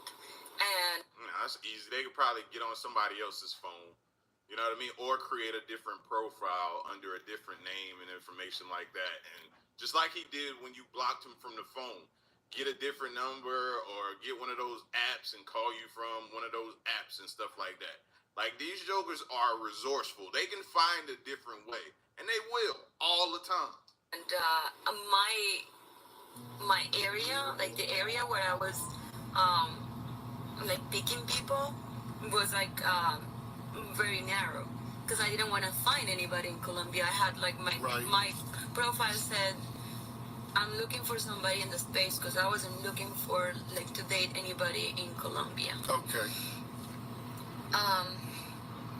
My sister works in advertisements, so she was the one who updated my profile over there, because she knows how to pick things and to make things more engaging. Anyway, so he did say that, which I thought it was very creepy, and I asked him to just stop. Maybe I have not been clear enough, and maybe I have misled you in some way, but I'm just gonna be clear enough. I'm not interested, and let's just leave things as they are. When did you say that? June 26th. June 26th. Okay, fantastic. Okay, continue. And then he just became a little bit aggressive on his text messages. He started saying, didn't you think that I would like to know, no, that was after. He started asking me why, and then I said I really don't know you. I don't know if I had seen you in your family setting, if I had seen your family or your friends or something like that, I could have told how you were with other people. I don't know you. I was fearing that he was aggressive, but I didn't know if it was just me, the one who was feeling that. So I felt and then I said I saw a few things that I didn't like about you, and I don't feel like I wanna go out with you. Didn't you think that would be something that you should have told me? Why didn't you tell me what is it? And why can't you just explain? But he was just escalating a little bit on his text messages and being more pushy. So I told him, just stop. I don't wanna go back and forth. Please stop. Let's just stop. And he just kept going and going and going. Okay. To bring you up to speed, we found an additional tracking device on the passenger side of her car. Okay, thank you. In the same case. All right. Then I have a photo and... Oh. So there was a tracking device on her car. Tracking? Yeah, but we... He did, so hey, that's more charges. breaking into her car, putting and leaving a tracking device in there. And I just made a bad mistake. So I'm guessing that's another bad mistake, huh? Yeah, just That's another bad another mistake. bad mistake, huh? Like, no. I'm glad she listened to herself. She listened to her gut, saying this dude is aggressive, something's not right here. I'm glad she did, bro. I'm glad she did. We took it out. Plus he's in jail, so you'll be fine tonight, okay? You gonna track him? There appears to be a tracking device on your car. We don't know. We can. What's the word I want to use? We have reasonable suspicion that was put there by him. Yeah, there's a receipt in his car. Look at me.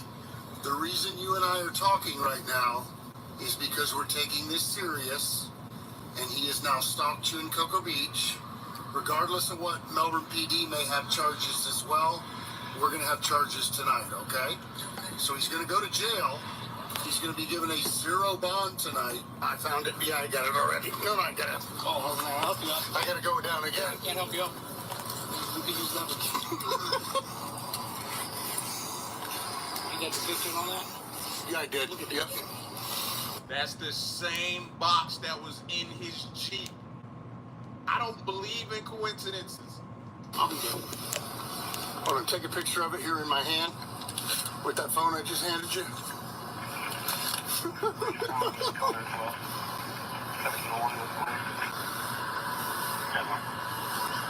Got it? Miss Danielle also allowed us to search her vehicle with consent, and we found the other I know, he was literally here earlier. What the fuck do you mean? Have been left by you. My question to you, because this is all your property, I'm not asking you if these are yours. That would likely incriminate you. I'm asking if you would give me consent to search these. No, okay, and I just have to ask, all right? So listen, you have invoked your right to silence, okay? I'm gonna get Officer Corporal Strange to take you back downstairs to the holding cell so I can get some paperwork done, okay? I've got to do some paperwork. You are going to be arrested on 1 count of cyber and 1 additional count of simple. Okay, they are both misdemeanors in the state of Florida. They will carry no bond tonight because of the dating situation. Don't be confused. It's called dating violence. You weren't violent in the sense of fists or whatever, but stalking falls under that. All right. So you'll be on 1 count of each of those. Okay. And then Corporal Strange is going to continue his investigation. He may have some traffic stuff that's involved as well. All I have on you, brother, is that you don't have a Florida driver's license after living and working here for more than 30 days. All right. May I ask a question? Yeah, you may. Am I allowed to go home tonight? No. No, you're going to go to the Brevard County Jail Complex. No hold bond.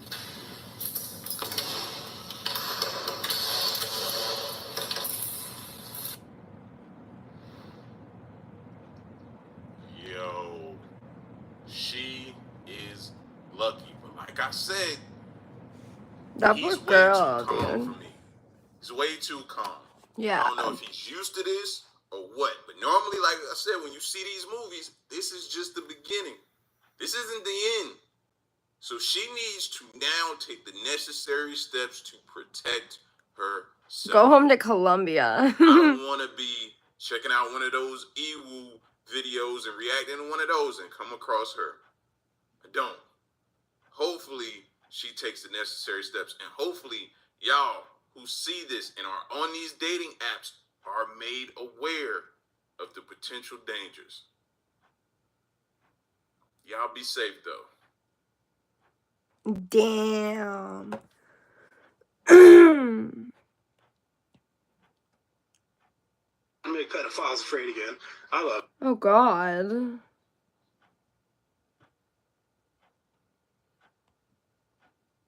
So we got a situation. Okay, hold on. I like how the same person keeps coming back on a different account, though, being dumb as fuck.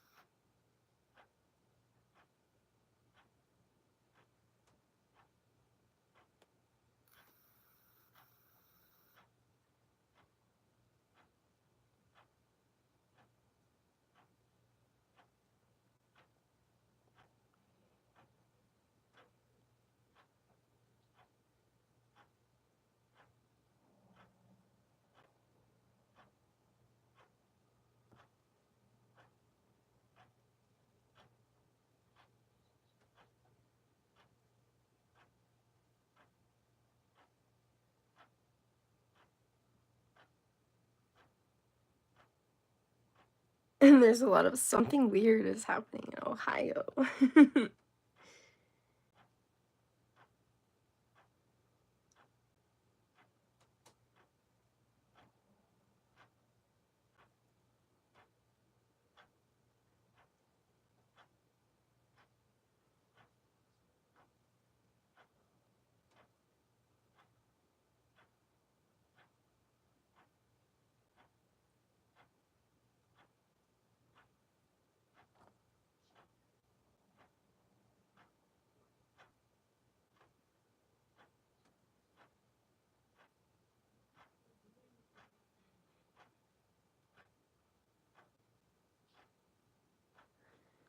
I wonder what that title means. They found a 100% fake in Florida. What the fuck does that mean? They found a fake in Florida? What does that mean? I don't know what the fuck that means. A fake what? That's weird.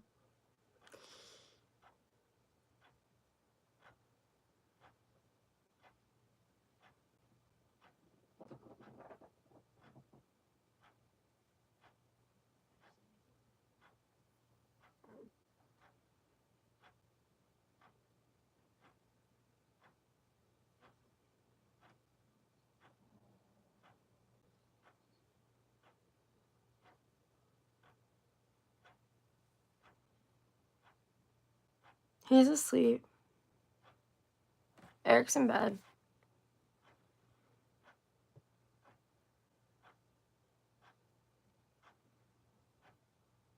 He has to get up early, you guys. That's why he's usually not on late. And like, he's just usually not. And then, like, he's here a lot, just not, like, during nighttime. Which I'm on a lot during nighttime because I can't sleep. Because I only sleep, like, 2 to 3 hours. Sometimes, like, 4, 5, if I'm lucky. I just have bad insomnia, so I don't really get to sleep. Plus, I just feel like I waste my life.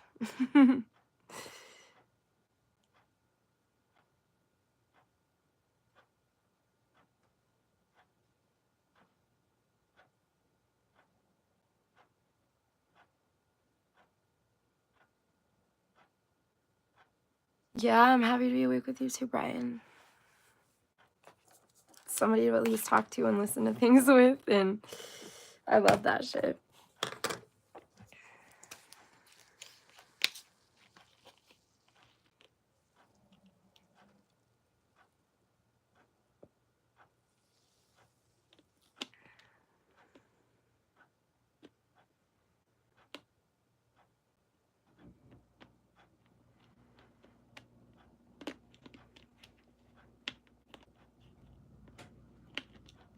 Oh, I am. It's good.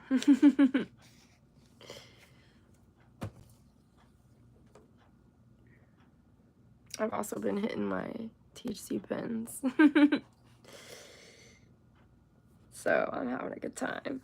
Just going back and forth from like one to the other because like they're almost all gone. Except for one. And I'm trying to save on it. So I'm just hitting all of them. I have a little bit left. I'm drinking Diet Coke. Yeah, drink your Diet Coke. Enjoy your Diet Coke. Okay, which one? I'm just holding like 6 vapes. It's crazy. Okay, which one?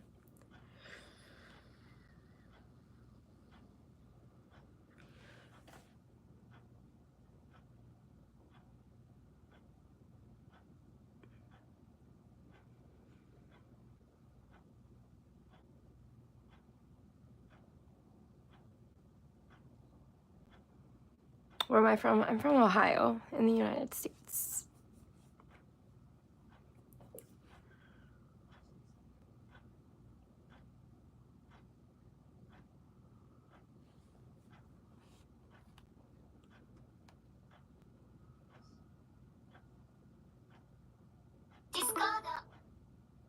Jesus.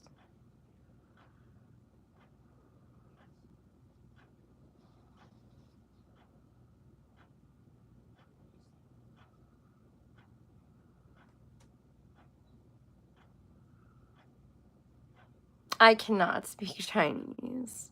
No, I just speak English.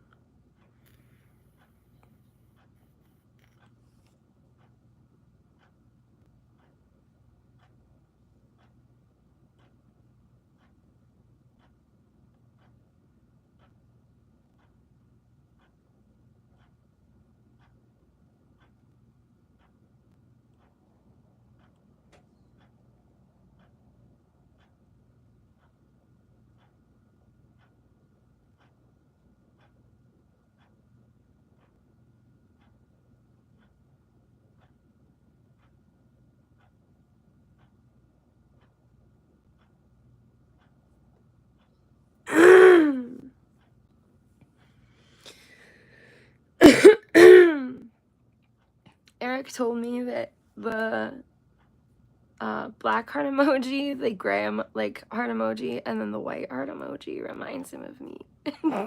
I was like, okay. He's so cute. I want to message him to say, I miss you.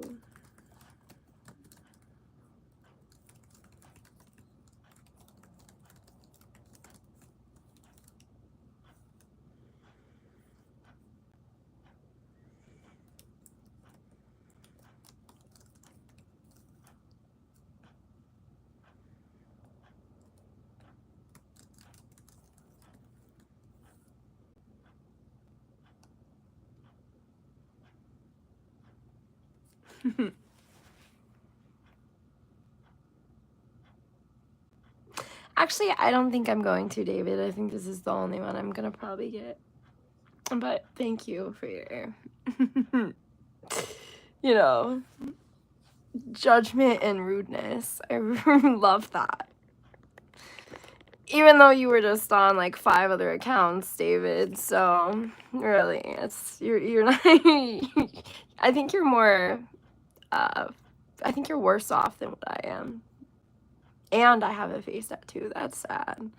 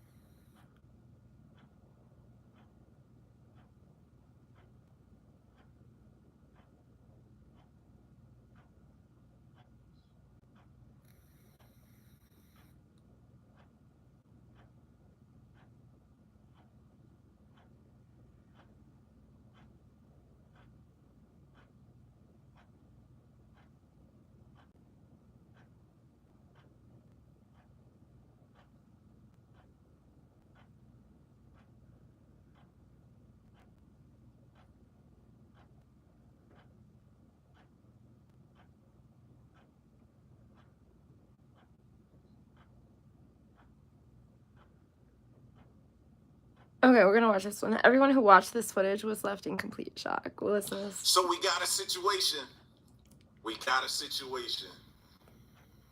And these videos be the hardest for me, man. The hardest because kids can't. Nope, we're not listening to a kid one. Nope, sorry. Not gonna do it. I'll just, nope, it just doesn't have to happen. We just don't have to do all that.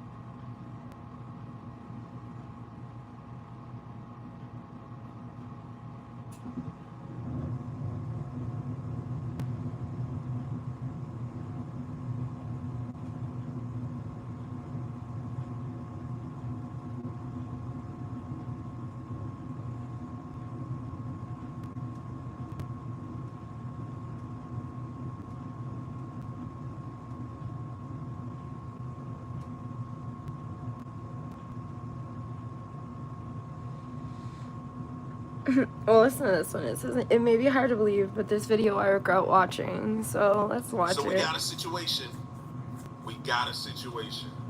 And here we have another house of horrors situation where a kid needs rescue. Let's get to it. Are you trying to touch your stomach to check her temperature? Keep lifted up my shirt. Grab my purse. He also took. Oh my god. I just said no kid shit. Another one. Why is it? Jesus.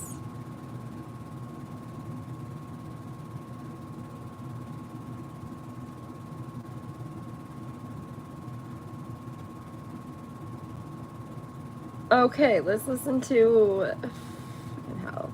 What's actually happening in Seattle Walmart right now? We got a situation. Now let's be real. For some of us, I would have thought by now Walmart's doors would have been closing. Then they come out with a news report not too long ago. It had to be maybe last year, maybe the year before last, but it hasn't been that long ago. That they were suffering from a lot Juice WRLD. There isn't even. I'm listening to true crime. Now it would have been because stealing has been going on with Walmart for a long time since I worked there back in the day. Like they always dealt with that, and it seems to be getting worse. Is what I'm hearing. Take this situation for instance. This woman scammed them out of $140,000 before getting caught.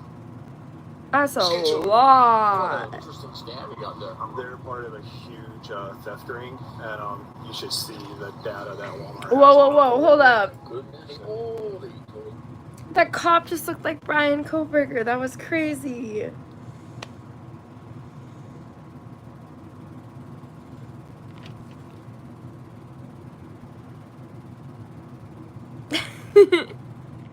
Nice.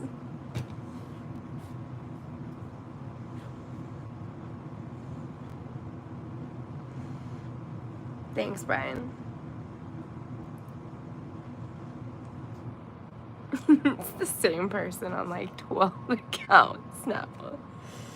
That's so funny.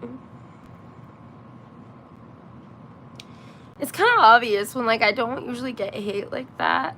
It's kind of obvious when it's the same person over and over and over.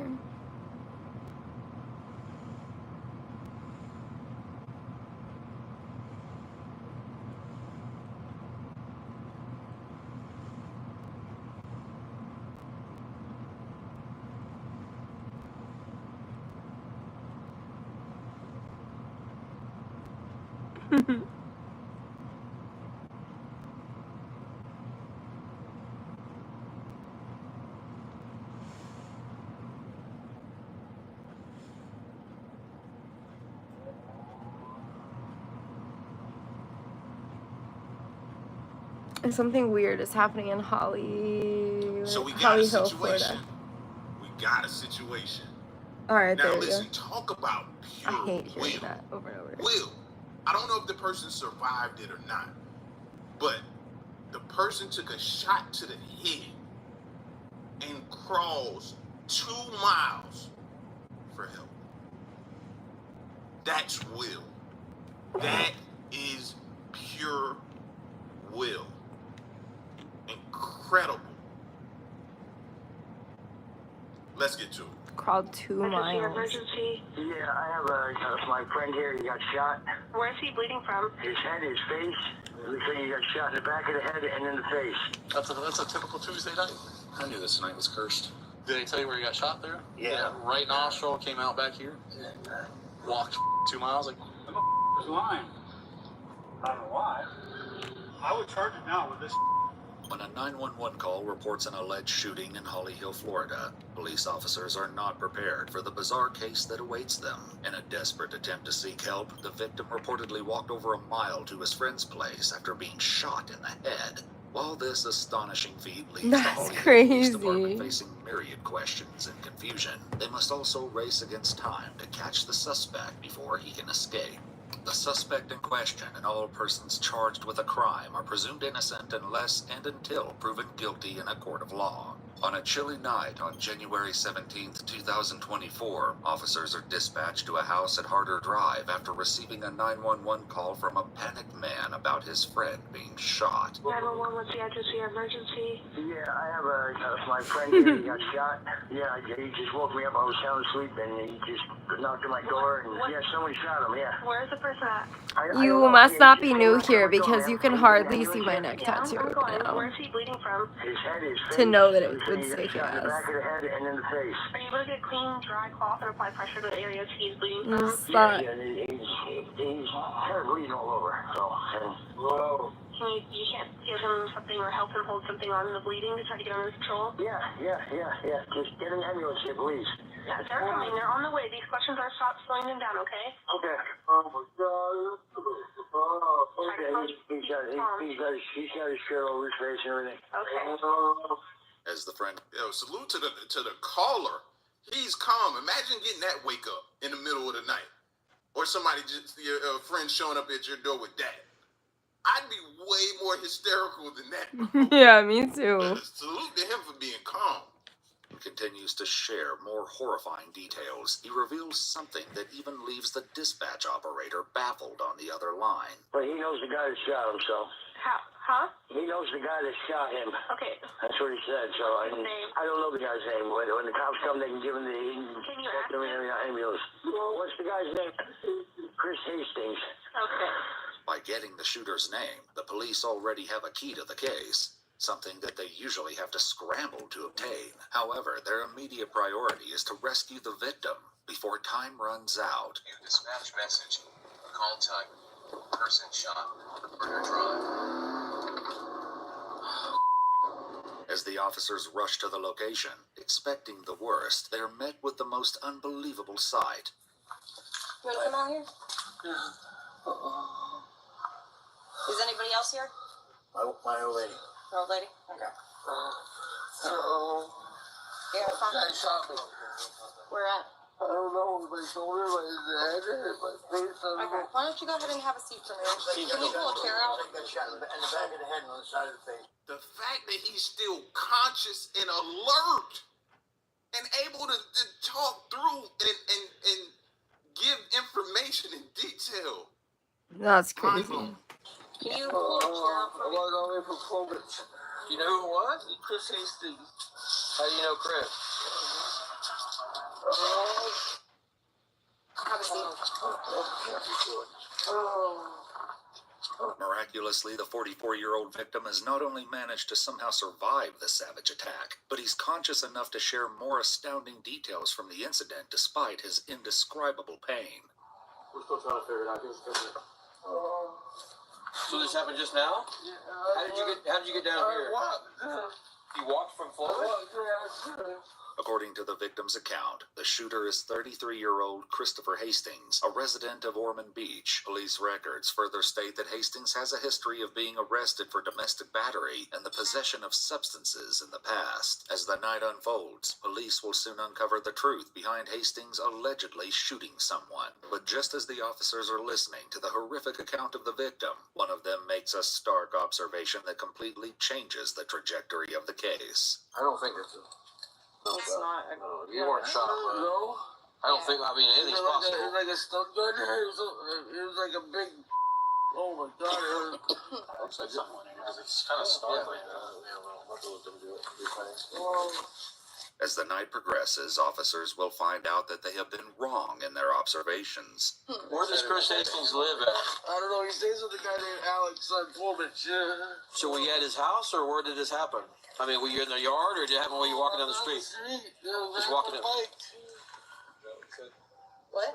Chris Hastings, yes. That's our suspect. Yeah, they're trying to confirm it. Oh, no, that's confirmed. That's what he's saying. They said he wasn't shot, but he was. No, he's on the street. Was he on a bike? Was he walking? No, he's on the street. He's standing on the street. Okay. You sure it was Flomish and not Cali Grande? No, it's Florence. Okay. On foot? Yeah, you want to go up here and... He says on Flomish. As the victim continues to share more information, the police finally find out the motive behind the alleged shooting. How do you know it was Flemish and almost Riverside? I left the bar. You left the bar? I was at Rousey's. So you was at Rousey's. I was at Rousey's. I left the bar. My girlfriend's car was there, and I yelled. I was like, what the f***? You know, because my girlfriend was there. Officers would eventually find out that the victim and Hastings got into an argument at a friend's place by Riverside that eventually led to Hastings allegedly shooting a detail that they're still struggling to confirm. So anyway, how is everyone tonight? He's saying that. I don't know. The crazy thing, though, is he didn't go back to his girlfriend. He went all the way to his friend's house, miles away. Dang, you felt more comfortable with your friend than your girl, which says a lot. And that could be nothing, but that just strikes me as rather odd. Your girlfriend was there. You didn't go back to her. You went to your friend's house. That's interesting. Everyone's going to be out there to try to find our victim's bike if we can have a deputy help him out. According to the victim, Chris is on foot. No vehicle involved. Do you have any clothing description of Chris? Just dark clothing. Does it look like a shot? 84 on the pole, 99 remaining. Is that 84? Is it extra room in there?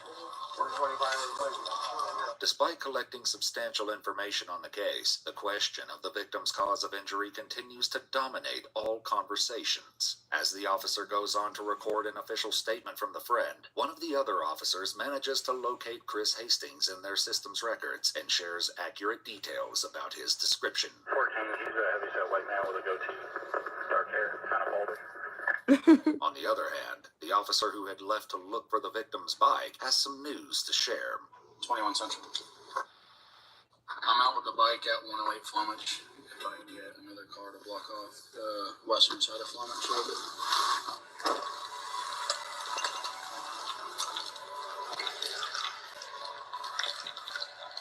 10 on 2. I'm just going to block off like 30 feet from each side of the bike and put up tape for now. As both the officers begin to scour the area, they know that only solid evidence can prove the victim's bizarre story. It's incredible that despite having a gunshot wound to the head, the victim was able to give an accurate location of his bike. And walk a few miles or a mile and some change with a gunshot. Like, I'm not walking a mile and some change without one. You walking a mile and some change with gunshot. That's, yeah, fam, you a superhero in my book. There's a shoe, there's his hat, all the blood's right there. Was he shot in the head? Yeah, like right here. And then a leg. So he just said this guy he knows just walked up and shot him? Yeah. Are you serious? You say he has a couple units in front of him? Yeah, it's 37 on him. I'm trying to find the casing.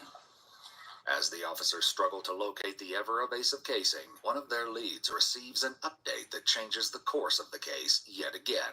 10-4 Central, WC2. I copy, I'm aware. Thank you. The police had managed to locate Christopher Hastings within 8 minutes of the initial report. Damn. Hands on top of your face. Do it now. If you do anything other than we tell you what to do, you will be shot. Do you understand? Yeah. Cool. Got it.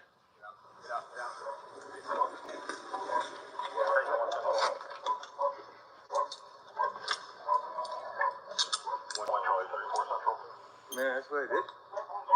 Hastings is found only 2.2 miles away from the crime scene after driving past a license plate reader. However, he claimed to have an alibi and was heard saying, quote, "I just got back from Orlando not too long ago, maybe half an hour ago." The need to locate solid evidence against Hastings grows twofold, and the lead officer immediately coordinates with the team near the victim's bike.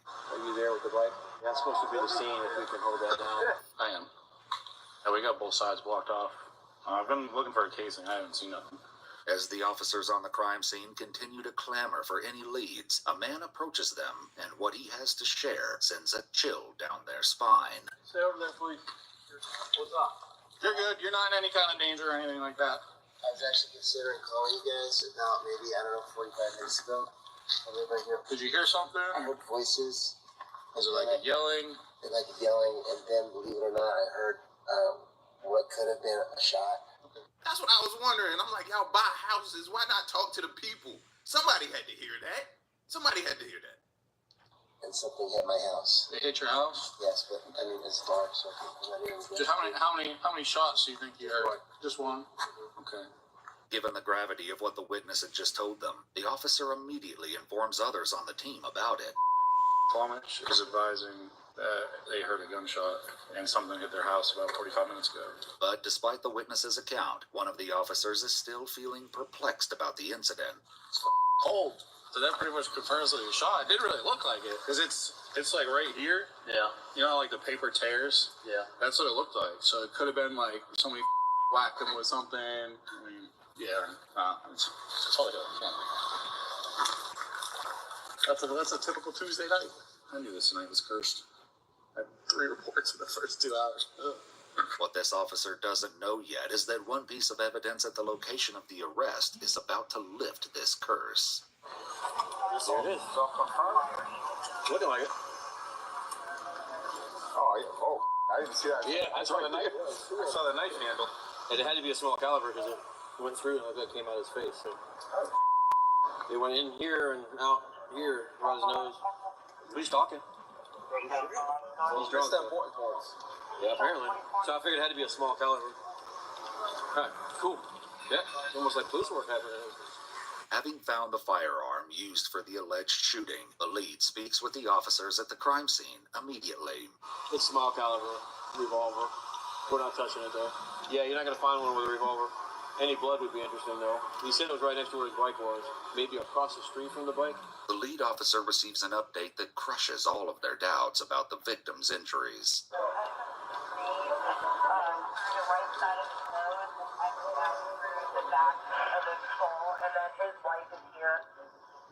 We're not going to let her come back until that is for now. There's going to be a little bit more. Okay. There's a detective en route to you. So if you figure out what room you're in, if you let me know. At the other location, just as the officers begin to secure the area, they're met with an unforeseen complication that threatens to contaminate the entire crime scene. Trapped.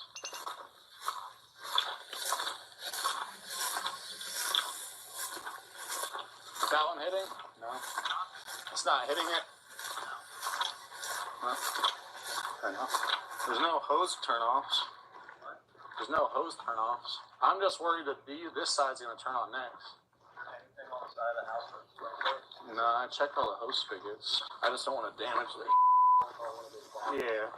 As the officer continues to process the crime scene, Take the trash can, put the trash can over top of it. Something, do something, bro.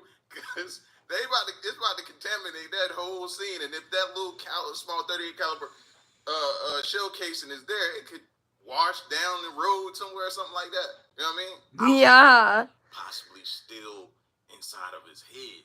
But they was like, nah, I think that he got an exit wound, so into evidence. More backup officers arrive to lend their assistance. With the pictures punched in for evidence, officers begin to seal all articles from the crime scene to be brought to the station for additional processing. At the location of the detainment, officers are now planning a strategy to break Hastings into a confession, but they don't know yet that Hastings is going to share news stories with them once he steps inside the interrogation room. We're gonna hold him. I'm gonna stay with the car. Oh my god. Apparently he's in the nose and out the back. Entry too. I thought it was out. So that's definitely execution.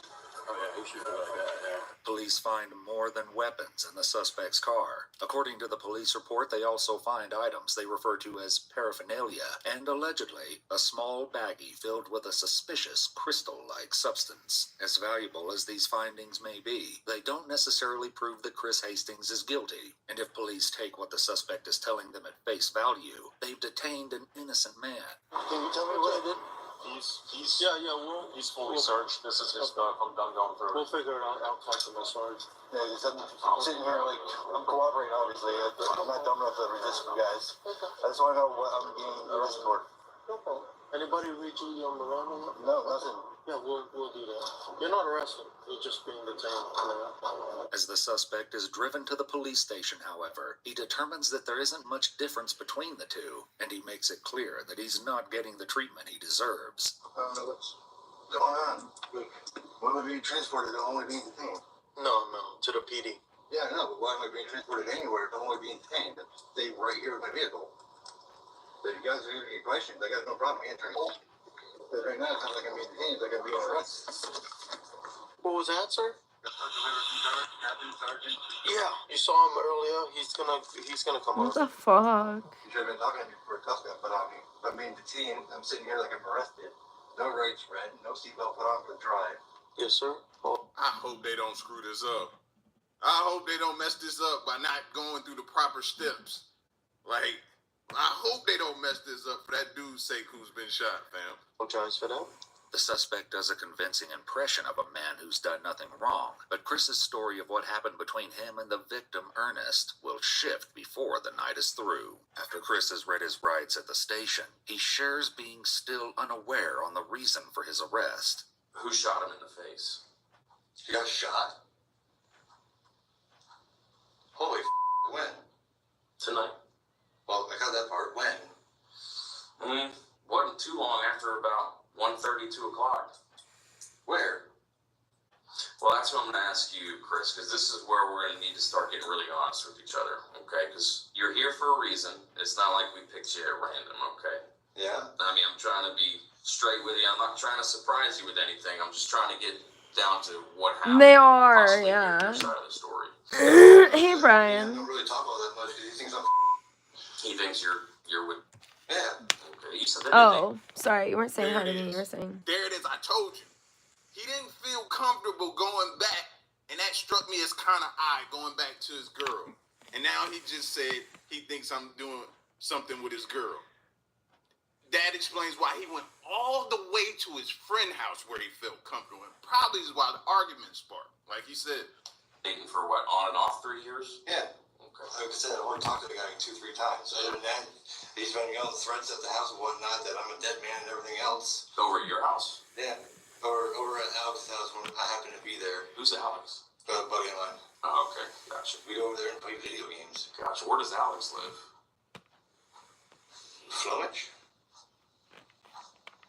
Although Chris tries mightily to make it sound like this incident happened at some distant moment in the past, the detective has more recent altercations on his mind. What happened tonight at Alex's house? Don't know. I've been there. Are you sure? I haven't been to town. I got back from Orlando and I started doing Ubers again and whatnot, and I was unstopped. All right.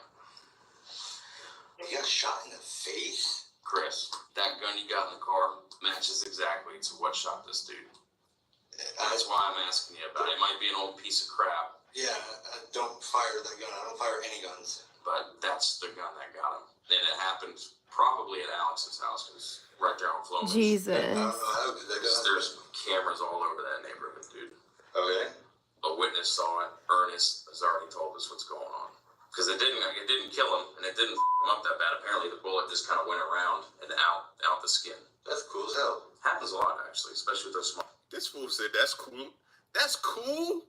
That's cool. And they also need to go back to, what was it, Rousey's, the bar? I'm pretty sure they got some footage if you just got back to Orlando today. They got some footage of him at the bar or something. Something. Like, you was at Rousey's. That should show maybe the argument or something. But this joker just said, that's cool. When referring to the bullet going in and around and possibly out. That's cool. Yo. I don't think I've heard that before. Smaller calibers. So what happened, dude? She kept threatening me. So, yeah, I mean, I need to know specifics here. I mean, if he did something, I need to know, partner. He was riding his bicycle outside and whatnot, constantly yelling profanities and everything else. Then I go outside and I try to, like, go away. Like, you're not allowed here. For sure. And he takes off. And he comes back like 20 minutes later. What time did he first show up there? I don't know. They literally just showed up and got a quick bite to eat. I was about to head back out the door again. Gotcha. So you went for a walk? Yeah, and all of a sudden he comes up behind me again and starts screaming, and I stop and I turn around, and he's charging straight at me. I jump off to the side. Right. Oh, whatever. He turns around, he comes back and starts doing it again. And I was like, don't make me. And he goes around the block. I was like, cool, he's finally gone. And all of a sudden I hear pedaling behind me. I turn around, and there he is right about to hit me. With his bike? Yeah, man. So, I mean, what happened after? I panicked. I went back to the house, and I said, I accidentally shot him. You said that to who, Alex? Okay. Police speak to the young woman the next day, and she confirms that this conversation took place, though she doesn't mention hearing the word accidentally. As oblivious as Chris claims to be about how things escalated that night, police find evidence on his phone that tells a different story. In a message to his friend roughly 4 months earlier, Chris says he's dating the beautiful girl at the center of this romantic dispute, but says that her ex is causing headaches. Chris goes on to say, quote, it'll be handled soon enough. Chris remains insistent that he's only now learning the shocking news that he shot Ernest, but that doesn't quite jive with what other witnesses heard. The young woman tells police that she could hear Ernest screaming after the gunshot, and of course, the neighbor had a similar story. Did you hear what they were yelling about? It wasn't really words, it was more like just screaming. The facts of that night are beginning to line up, but there's one last subject to address, the matter of intent. Were you trying to kill him? No. I don't know. I didn't even want to hit him. I just wanted to scare him. I didn't even really know it was loaded until after popped off. And that's when I panicked and I went back inside. I got my keys and got my car and just drove. So when you pulled the trigger, you just expected to hear like a click to scare him? Yeah. I wasn't even planning on pulling the trigger. I was just hoping like the sight of it would be enough to deter him, go away. And when he startled me from behind, I just turned. How many people have been told before, you pull that thing out when you're going to use it? Yeah. Don't even pull that thing. That's what you've always heard growing up when it relates to firearms. That's what you've heard. And in the street, they tell you, don't you pull it out unless you're going to use it, because somebody going to use it, theirs on you. You pull it. Like, so, what do you mean? Nah. But you're going to be all right, right? But I don't know. I mean, I'm not a doctor, and I didn't actually go to the hospital to really see him. I just, seen pictures of him and stuff. I don't know how to handle it. If he does, I don't know how to handle having a ton of options. Until the end, Chris sticks with his story that he never meant to hurt Ernest, much less kill him. However, this claim won't be enough to prevent Detective Barrett from officially putting him under arrest. All right, Chris. So, like I said, you're going to be charged, okay? Given the circumstances and everything thus far, just what the evidence is showing, at this time, it's going to be an attempted murder charge, okay? That doesn't mean that's what's going to fly down the road, but that's what's going to be booked into the jail, okay? Do you understand that? Very close to what was happening. All right. All right, man. Hastings has been squared away for the time being, but the Insane. investigation continues. An officer tries to speak with the victim at the hospital. Sorry, is it but just the saying I'm overwhelming holding my pain tit? I prevents just kind of Ernest from realized I giving was her a doing that. thorough interview. Hey, I'm Optimal Work with the Holly Hill Police Department. Can you run me through what happened? I know you're in a lot of pain. We've got him in custody, okay? Oh, God. My girlfriend started for the door. And then he came home, and then we were on the block. I came back to him, he was up the street, and he stopped me when I drove by him. Why? When you rode by him? Yeah. And do be like that scene. Sorry, I don't know. I just be sitting here all comfy. Yeah, where he's been staying. Where that guy's been staying.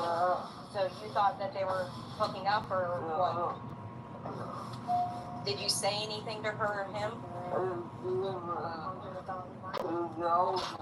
Meanwhile, the search for physical evidence continues. Chris tells police that he disposed of the spent casing in a nearby parking lot. Unfortunately, even with the help of surveillance footage, the cops can't locate it. They try again in the garbage cans on Flomage, a dirty job that leads to frustration. That looks like a cigarette butt, right? Whatever that is, or whatever, I don't know. That cylindrical or anything? Yeah. See it, dude. I'm fine. I don't know why. I would charge him now with this. Despite Chris's insistence that the casing would either be found on Flomage or the parking lot, police are unable to locate it. But as challenging as this strange case has been for each one of them, the lasting impression left on the officers that night will likely be the victim's extraordinary resilience. You got all the blood right there, and it trails down. You can see where he kind of laid and rolled. And then he got up. He walked with one shoe all the way to... What, Dylan? Did they tell you where he got shot through? Yeah. Right now. Nostril came out back here. Walked 2 miles. I guess he's drunk as so I don't know. Yeah, that's... So he was... Maybe So he was going this way. yeah. I think he was going home after fishing. I don't care, drunk or not, bro. You a warrior in my book, fam. Yeah. You a warrior. Get shot, get up one shoe, and truck it down Nice, to your friend house. Dylan. And you gotta have the navigation system working properly to know how to get to your friend house. You a warrior, bro. Straight up warrior. After a brief hospitalization, Ernest recovered enough to meet with police at the station 6 days later. At that time, he admitted to yelling at his girlfriend from the street on the night of the incident. He alleged that when he rode his bike past the house a second time, Chris Hastings emerged from the shadows and shot him in the face. Insane. As of today, Ernie has made a complete recovery following the incident. Go, He's Ernie, grateful for what go. he has and spends more time with his children. Christopher Hastings was charged with attempted second-degree murder, aggravated battery, tampering with evidence, and other unspecified crimes, and is being held at the Volusia County Branch Jail on no bond. Hastings pleaded not guilty and will face trial later this year. We knew it had to be a woman Damn. at the center of this. Once he said that, we knew it had to be about, like, bro, it ain't. You just threw your life away, essentially, for a relationship where she's caught in between two people, you and another dude, and you was willing to go that far. You was willing to do that to yourself. Come on, man. Think about things, bro. For a person that may not even be with you later, it's crazy. Facts. Listen, man, y'all be safe though.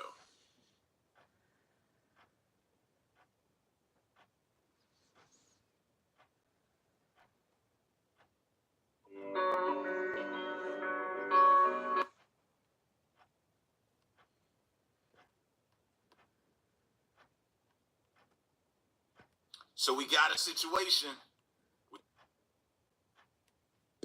I want to find another one for us to watch. I like his videos. They're pretty good. They're not bad.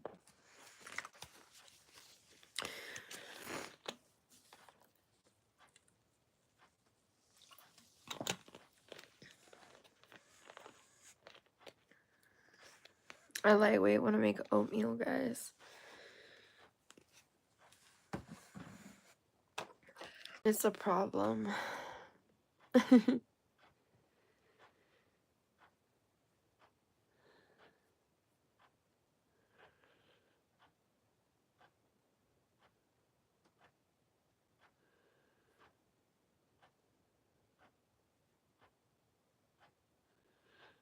What could we play?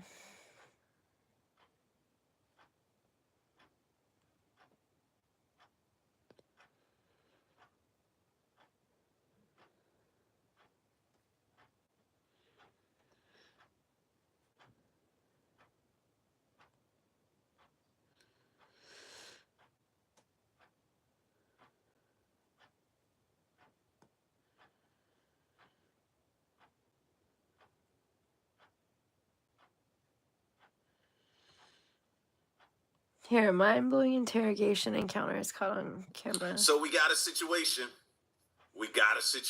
And if you like me, then you don't like to take anybody's word for anything. You like to find out things for yourself, right?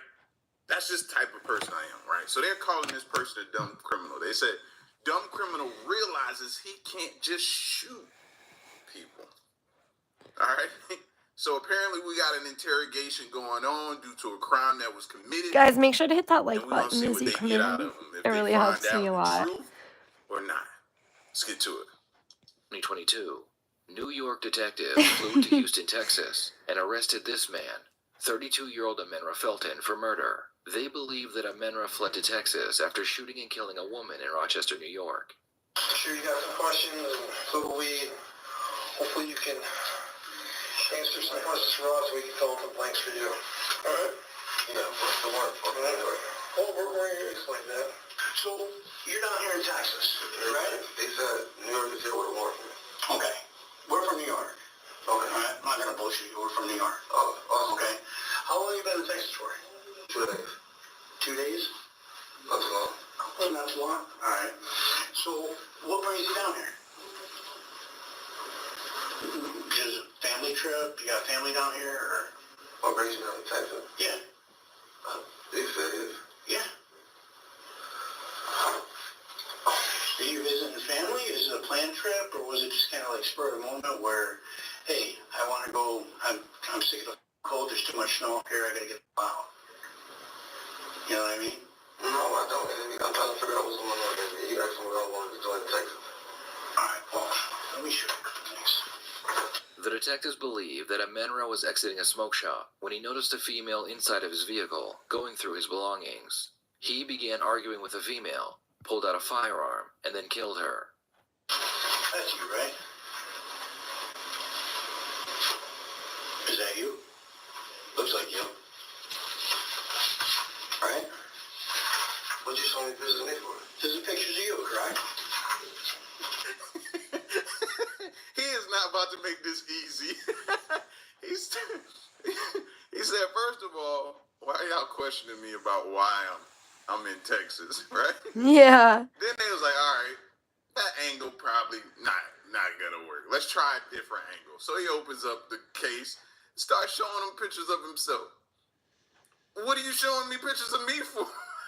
What are you showing me pictures of me for? Like, he's literally not gonna make this easy for them. You know what I mean? They gonna have to earn their paycheck today. Right?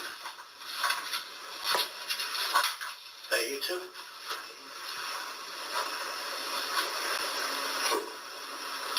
What do this look like? Me and any of these pictures are all the same. They do look the same, actually, yeah. So I look like me? Yep. Actually, it's probably the same coat you're wearing. That North Face. Right? No. It's not you? Let me ask you this. Did you ever go to the smoke shop on my way? What's up, You go there a lot, Scorpion? though, right? Sometimes, yeah. Okay. What does that got to do anything? Well, I think you know what we're talking about here, okay? Because you're not a stupid person, all right? You're an intelligent guy, all right? And you still have to nothing. Well, I'm getting to it. All right? There was an incident that happened on Lyle Avenue in front of the smoke shop back on January 23rd. All right? And you were in the store before it happened. No. On what date? January 23rd. What day that is? It was a Sunday. I've been here since the 23rd. You've been here since the 23rd? Absolutely. Oh, okay. Yeah, so.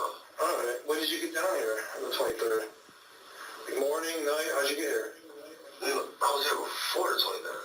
Oh, okay. And Houston already on the 23rd. Well, when did you think you got down here in Houston? Doesn't matter what you...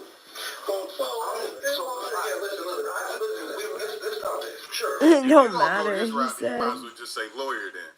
If you're gonna go this route, because I don't think you think I don't know if you think you outsmarting them right now, but by you saying you wasn't Here, I'm there, gonna leave it make playing, you guys. mad, I'm gonna grab especially my if they got bowl and videotape. make some oatmeal real So quick. what's your angle here? You know what I mean? If they got you on camera, they already showing you pictures, so possibly they got you on camera. So now you're saying you wasn't there when a camera and a possible video can show you there? At this point, you might as well say lawyer, because you not helping yourself at all. So now, where's y'all getting at? Well, that's what I'm trying to get at, because there's obviously two stories, right, that people tell, right? There's always another side. What story you got? Well, maybe we got the wrong guy. I don't know. If you've been down here, what time you got down here in the beginning of January, or like what? When? Sir, you wrong guy for what? You showed me a picture of what? Well, what happened? Did you hear about anything at the smoke shop that you go to all the time? No. What's interesting is that Amenra has a very distinctive hairstyle, beard, and glasses, and he didn't think it was a good idea to change his appearance while on the run from a murder charge. After the warrant was issued, I didn't even think about that either. Yeah. Those bet not be the same braids that they got on picture. You didn't take the hair out. They already done called you out about your jacket. You got on the same jacket, like, and you gonna sit here and try to play this game? That's crazy work. he was very easy to find because he looked exactly the same. Y'all playing no games with me? What's so wild? We're not playing any games with you. Yeah. But, so I think the reality is that I showed you the picture, and you're like, that doesn't look like me. But I'm sitting here face with you. You don't own a hoodie? Sir, what is those things? Doesn't like me because I'm black? Or I got a beard? No, I'm saying it looks like you because it's the same hair, same glasses, same height, same jacket. I don't see no hair. I don't see no nothing. Hey, see the glasses. When you came down here to Houston, did you fly or did you take a car? Sir, I'm talking with serious questions. I want to know what I'm here. All right, there was a shooting outside the smoke shop. Thank you. All right. So that's what we're investigating. So I got to, well, that's what we're trying to figure out. You were in the store right before it happened. All right. We know that because we know your phone, and we know you were in the store because you've been in that store a lot. There's 10 cameras. They're good cameras, right? It's a smoke shop. You go to that store 3 times a week. All right. Sometimes. All right. Sometimes. Even if I was at a store, that got nothing to do with me. Well, that's why we're asking you, because maybe you saw something, maybe you know something. You came down to Texas, maybe if I saw something at the store. We go everywhere, baby. You know? So it's on my suspect. That's what it is. Well, I'm not a I can't got me. So the last time you were in the smoke shop, you think was when? Well, forgive me, man, because listen, in that area right there, at the smoke shop, let me tell you something. Listen, there's the semi out. All right, hold on, well, let me just finish one thing. All right, because there's all the cameras at the smoke shop, right? Metro PCS, the fire department, and there's the Department of Transportation camera right there at the end. Oh, for sure, all those places gonna have cameras, good ones too. They ain't gonna have the cheap joints that maybe some of us may get because, you know what I mean, we ain't trying to spend top dollar. But those places, they gonna have some joints that probably you can zoom in, they can probably see the freckles on your face when they zoom in with some of their cameras. So how are you gonna get out of this one with those type of quality cameras, bro? Yeah. They ain't just come down here for nothing. Intersection of child, right?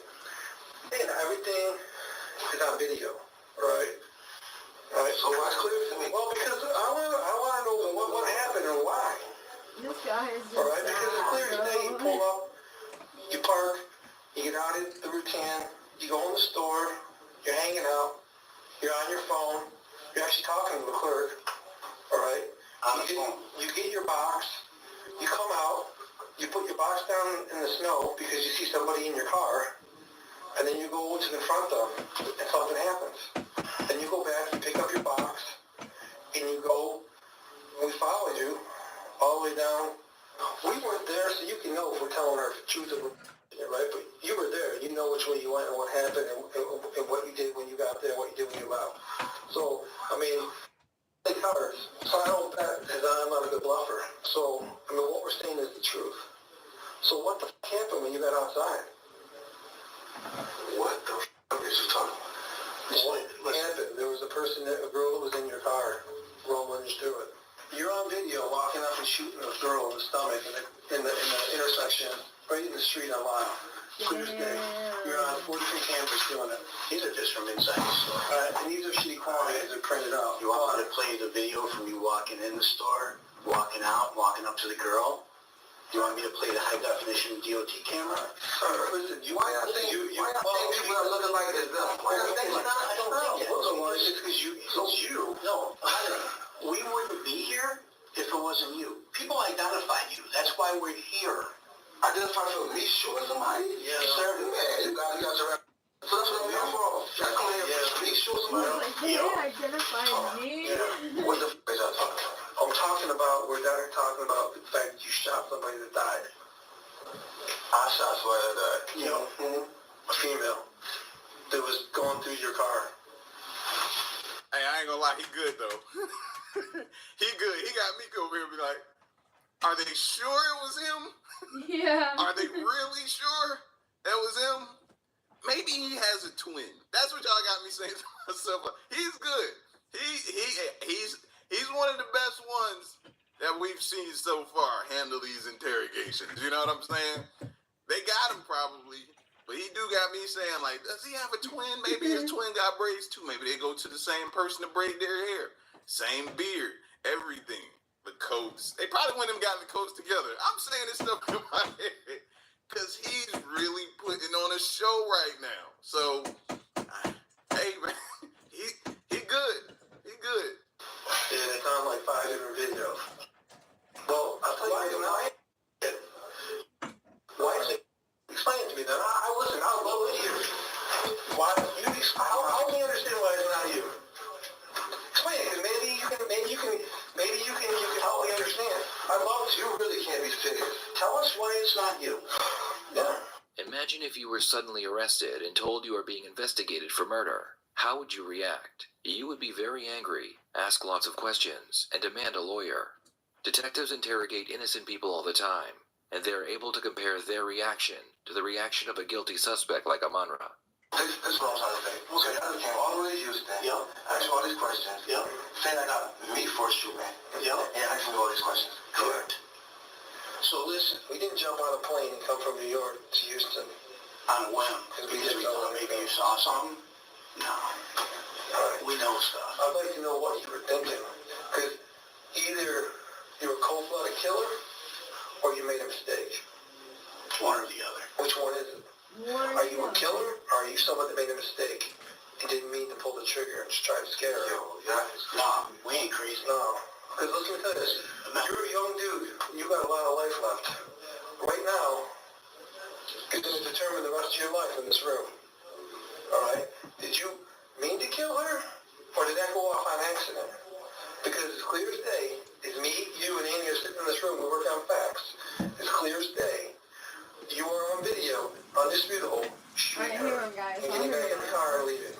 After you were in the store, buying your case at whatever, 23-105, the green bottles you buy 3 times a week, that you use probably to sell weed. Now, we weren't there, and I ain't got a magic crystal ball, but explain how we know all this. Because they made him take a deep breath. That's the first time I seen him do that, right? That's the first time I seen him break character in a sense. When it must have been when they told him what he liked to buy out of that store. When they hit the nail on the head with that one, he was he took a deep breath. I didn't see him do that. Maybe he getting ready for his next round of what do you mean? That ain't me. What are you talking about? He might be getting ready for his next round of that, but that's the first time I seen him like maybe he doing that before he go in again. I don't know. I can tell you one thing, and I can be dead serious with you. Don't even say why, because black people look like it. That's right there. So listen, you weren't in Houston on the 23rd. You didn't get to Houston until the 25th. So you asked me what is preservable. Regardless of the fact, right? So I think it's me, because New York State's... Well, I know it's you, but we don't think... Well then, can you explain why it's not you? How it's not you? You said, what? You said that's not you, and you were someplace else. So, you know what I'm saying? So, let me get this right. So, you were interested before the 23rd. So, I go to jail. That's what's going on? Let me know what's going on. I go to jail? What? Yeah, eventually. Eventually when? What do you mean? A jail for what? For shooting that lady, you said? Yeah. What? Why? Because you think that you sit here going, it wasn't me, I was somewhere else. That means you're free and clear. You don't got me? Listen, remember, the things you're trying to tell us are easily disprovable. Okay, right? Sure. So how that easily disprove that? Well, because we're working facts, right? Right? We were working hard facts, right? We can prove for sure that you were not in Houston on the 23rd. We know, 100%. So you staying there is like a ridiculous lie. So you're right here, apprehending me right now off a shooting. Yeah. I'm sorry, what was that? I'm apprehended right now off a shooting. Yeah, you're in custody for the shooting. What's the process right here?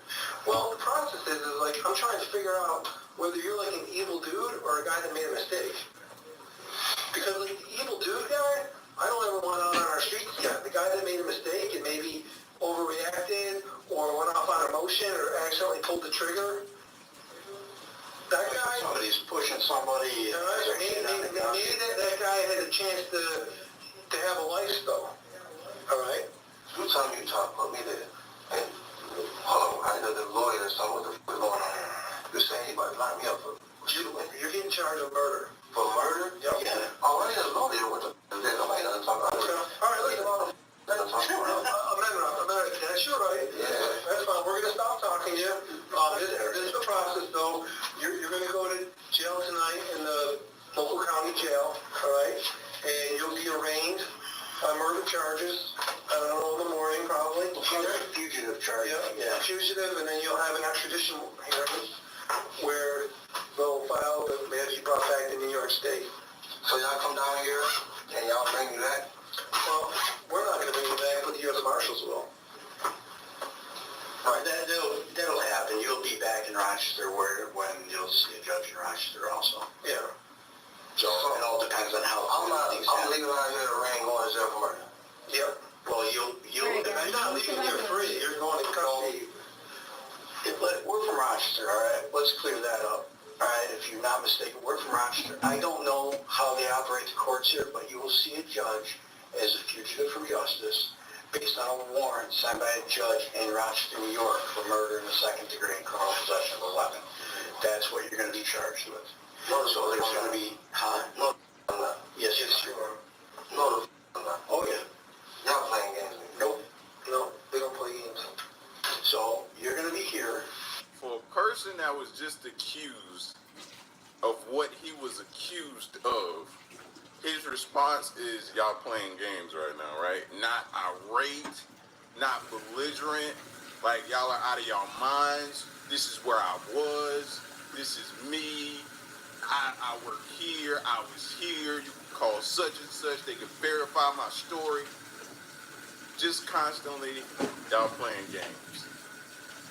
What are y'all talking about? That's your rebuttal to everything. It doesn't align with somebody who, imagine if it was you or if it was me. I would be losing my mind if you're accusing me of doing something that I know I didn't do. And then I'm going to be throwing all these names out of people that I say you could call to verify my whereabouts. Oh, I was home. You could check my, the Life 360 app. You could check my doorbell camera to show you that I haven't left.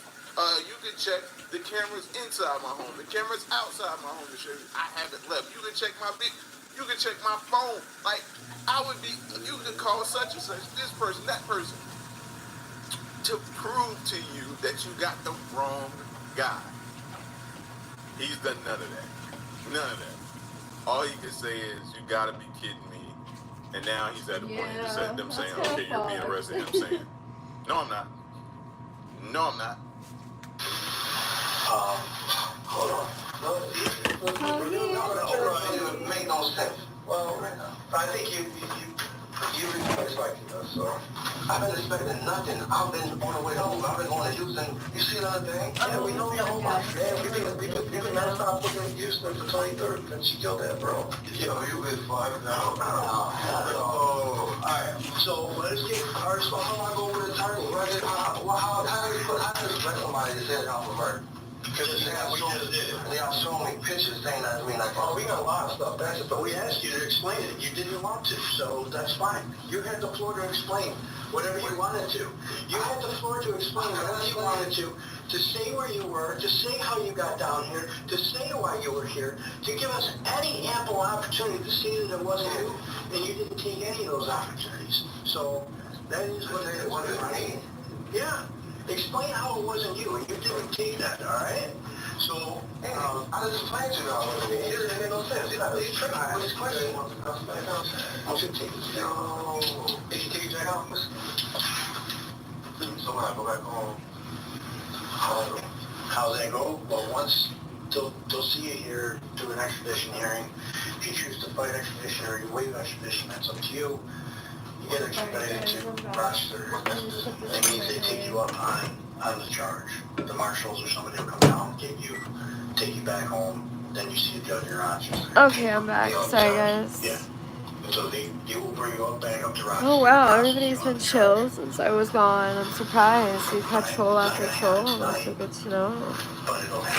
Good morning, Unfretted. Once they do that, then you'll be provided. Oh, I just also want to remind you guys, I have Cash App now, so if y'all want to be doing your donation thingy and you don't have Venmo, that's cool. I have Cash App. Yeah, anyways, that's not me asking for donations, by the way. I just started letting y'all know, because I know some people don't like to do it for YouTube. No, it's usually like, usually 10 and 30 days, we gotta come get you. Hey J-Man, how are you? Now when you're talking about 25, so 25, too late. Oh, I'm fretted. So crazy. Not crazy, bro. You probably won't, but that's okay. You're still in the ER. How's it going? Like, what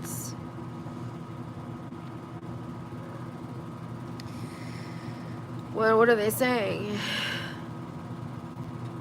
You keep your word? Okay, I'd read it. You're bored? Oh, I bet so. Well, we're here. You can hang out with us. I'll keep you company in the ER.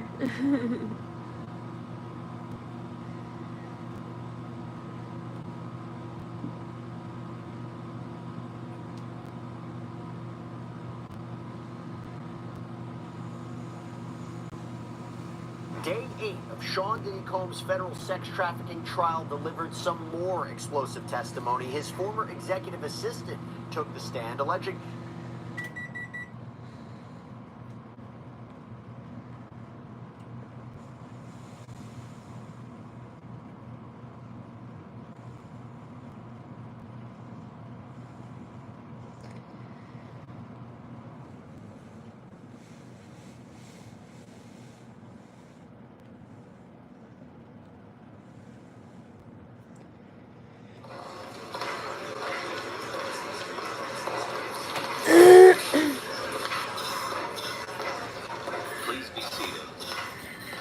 the government ready to call their next witness? Yes, Your Honor. Oh, the yeah. government calls Cassandra Ventura. They really do. Remain standing and please raise your right hand. Good morning, Miss Ventura. Good morning. Just so you know, you can drink that water that's on the stand. Oh, thank you. How old are you? I'm 38 years old. What is your occupation? I'm a musician, an entertainer. Ms. Gavin, could you please publish Government Exhibit 2A10?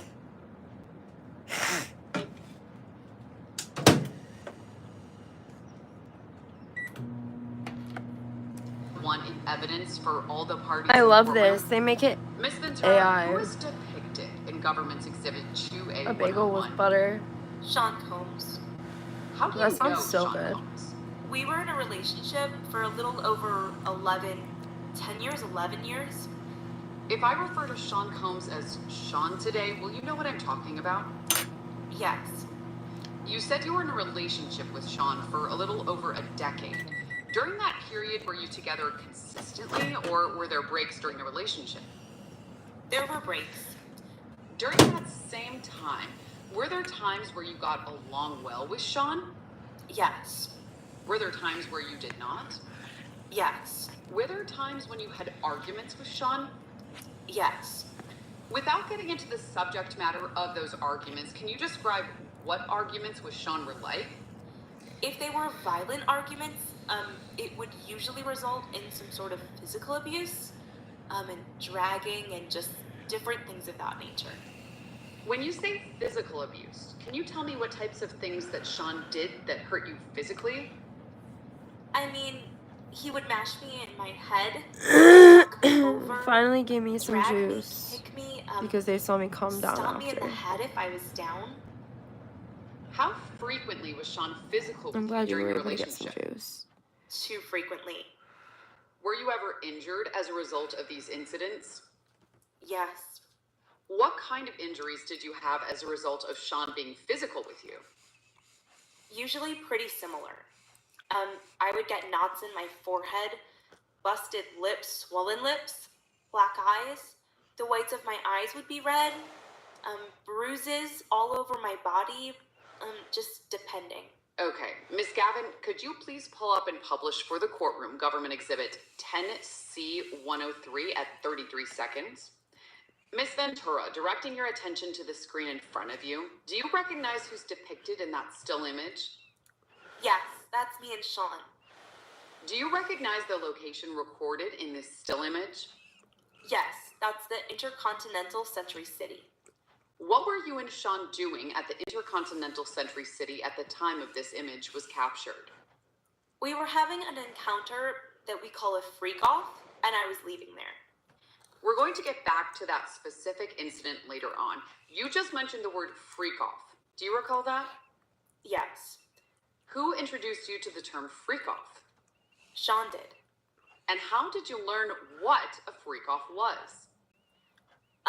Within the first year of our relationship, Sean proposed to me this idea, this sexual encounter that he called voyeurism, where he would watch me have intercourse and sexual activity with a third party, specifically another man. And how did the term freak-off come about? I honestly don't remember exactly What the how it fuck? came about. So he's a cuck. Can you describe for the jury, when you say the term freak-off, what that entails? It basically entails the hiring of an escort and setting up this experience so that I could perform for Sean. And what did the performance involve at a high level? The performance involved, I'm sorry. It just involved watching, Sean being able to watch me with the other person and, actually direct us on what we were doing sexually. And when you say the other person, who are you referring to? The third party, the escort or dancer that would be hired. Who was in charge of all the aspects of the freak-offs you mentioned? The hiring, the setup, etc.? Eventually it became a job for me, pretty much. To where I knew that if that is something that he wanted to do, I had the contacts to set it up and get a hotel room and all of that. But in the beginning, Sean set it up. He was in charge. And after it became your job, how did you know what to do? He would tell me. When Sean first proposed freak-offs, what was your reaction? Oh, I just remember like my stomach falling to my butt, like just the nervousness and the confusion in that moment. I think I was 22 at the time. I had just turned 22. I didn't have a concept of how that would be a turn on, but I also felt a sense of responsibility with him sharing something like that with me. So yeah, I was confused, nervous, but also Glenn, it's like the Diddy trial. I wanted to make him happy. It's an AI version of the Diddy trial. Did you it's agree not to try a freak-off when Sean from first long proposed crime. one? I did. After it's that, not were there more recorded. freak-offs? Yes, there were. How, if at all, did your willingness to engage in freak-offs with Sean change over time? I mean, pretty quickly over time. I knew that it wasn't something that I wanted to be doing, especially as regularly as it became. But again, I was just in love and wanted to make him happy. Well, despite not wanting to do freak-offs, did you continue to engage in freak-offs with Sean? I did. And why did you continue to engage in freak-offs with Sean? He would ask me. He would bring it up at random times, and I think to a point, I just didn't feel like I had much of a Good morning. choice. I didn't really know what a no would be or what no could turn into. When you say you didn't know what no could turn into, what do you mean by that? Making him angry. Very honestly, also making him uncomfortable that I knew this thing and that I no longer wanted to do it. Can you repeat the question? Sure. You said that you didn't know what no could turn into, and I asked you if you could explain what you meant by that phrase. Ultimately, at that point, Sean controlled a lot of my life, whether it was my career, the way I dressed, like everything. And I just didn't feel like I had much say in it at the time being, like really super young, naive, total people pleaser. Yeah, I didn't know if he would be upset enough to be violent, or if he would write me off and just not want to be with me at all. What, if anything, were you afraid would happen if you said no to a freak-off? Well, over time, it turned into the fact that there were actually blackmail materials.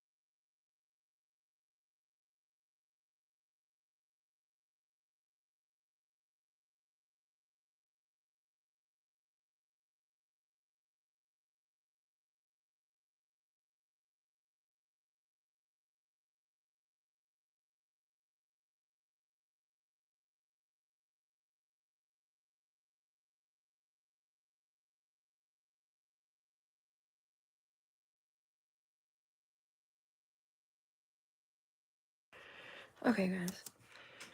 I experienced violence with him before that. The abuse started before that, so obviously in the back of my mind. And Miss Ventura, when you say that the blackmail materials would be hung over your head, what, if anything, were you afraid Mr. Combs, Sean, would do with the blackmail materials? Release them. Put them out on the internet. He had many resources to do that, so... And you mentioned that at this point, violence had started. What, if anything, were you afraid would happen physically if you refused to do a freak-off? I mean, it was always in the back of my mind that I would somehow be hurt by him, but it's... Sean's a really polarizing person, also very charming, so it's hard to be able to decide in that moment, like, what you need when he's telling you what he wants. I just didn't know. I just didn't know what would happen. Miss Ventura, just to clarify one thing you said you called something Hi, Pete. blackmail materials. What were you referring to? Referring to actual videos and photos of the sexual encounters, the escort. To be clear, that's the freak-offs you mentioned earlier? Yes. Okay, and who was depicted in those videos and photos with the escorts? Me, Sean in some of the videos, yeah. Okay, we're going to get back to this, but first, I would like to direct your attention to approximately December 2023. What, if any, items did you provide to the government? I gave them broken laptops, iPads, phones, things that no longer worked, but I kept because I didn't know what was on them. And what was the approximate time period that these broken electronic devices were from? It was around the time period of being in a relationship with Sean. Your Honor, may I approach the witness? You may.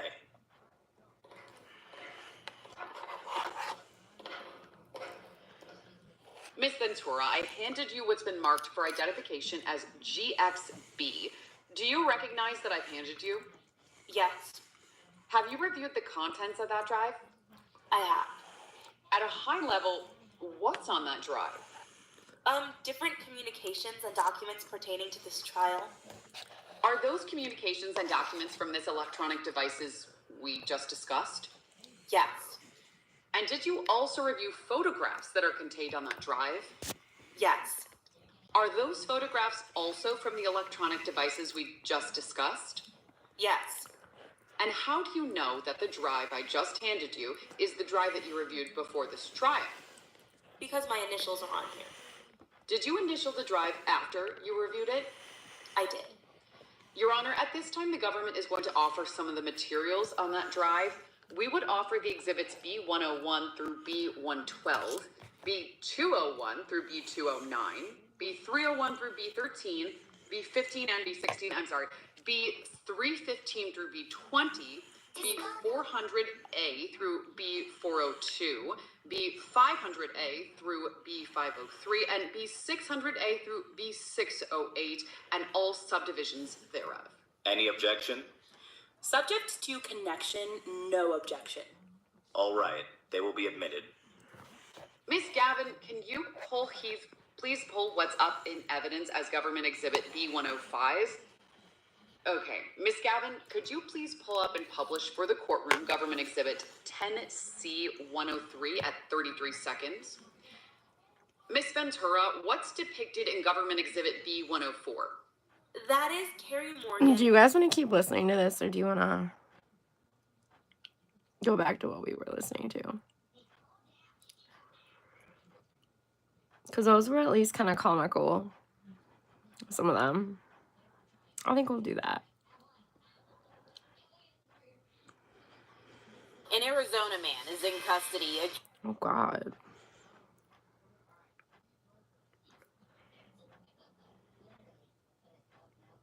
Aw, thanks, baby. Hey, lovey.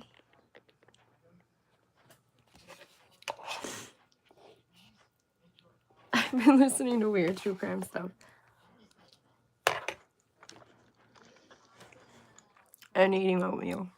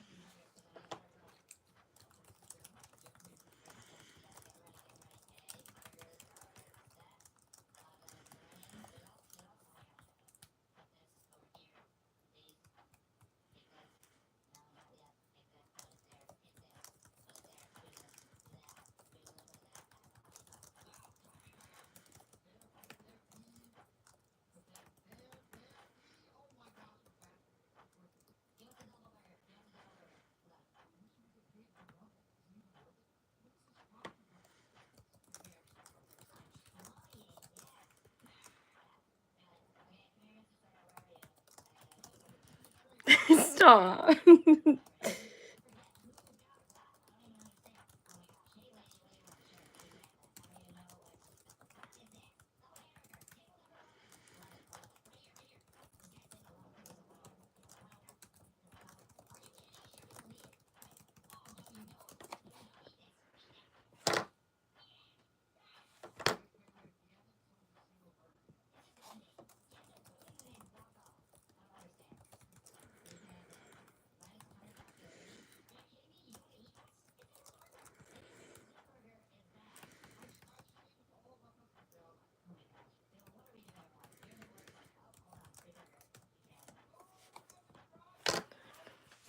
Fast ass typing. I can't. Fuck, now I forget that guy's channel. It was good as fuck. It was funny as fuck. His shit was like comical. Hi, baby. Hold on.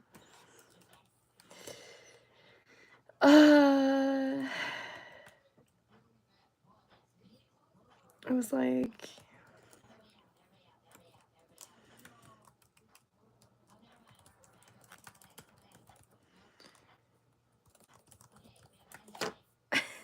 so many Ohio videos.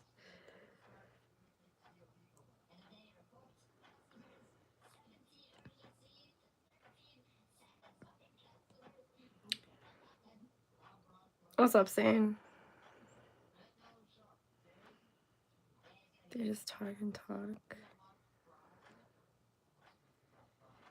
No, these are body cam things. It's not really me. It's not really like the podcast thing. We've been listening to like body cam stuff.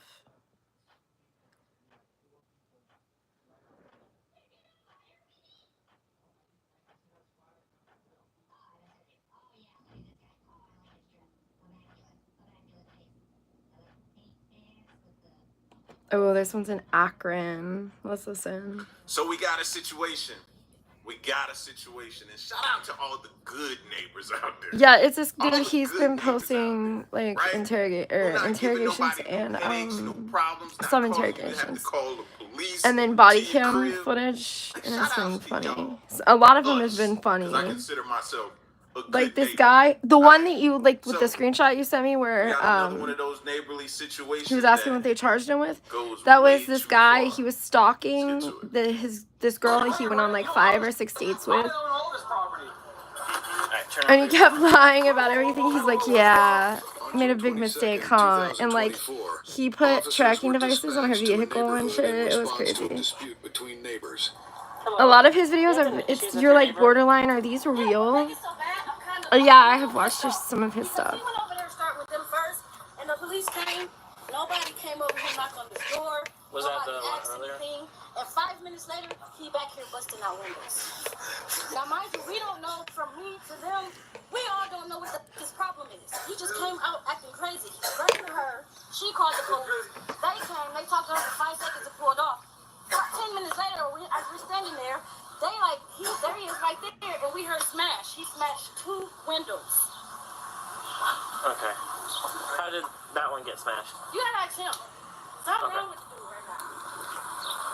You don't know. Like, everybody's in the house. It's hot.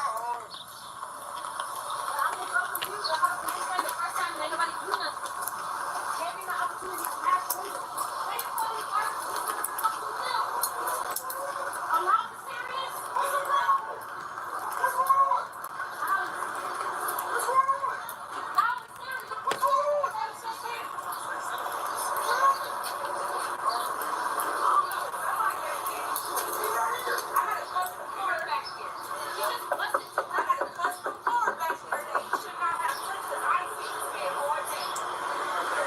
Such a beautiful day out there too, man. Why you gotta ruin a beautiful day like that when you could be outside grilling, barbecuing? I said yeah. Chill You out. out here trying to cause problems for the neighbors on a beautiful day like that out there, man. I don't be understanding it, bro. I be wanting peace. Peace.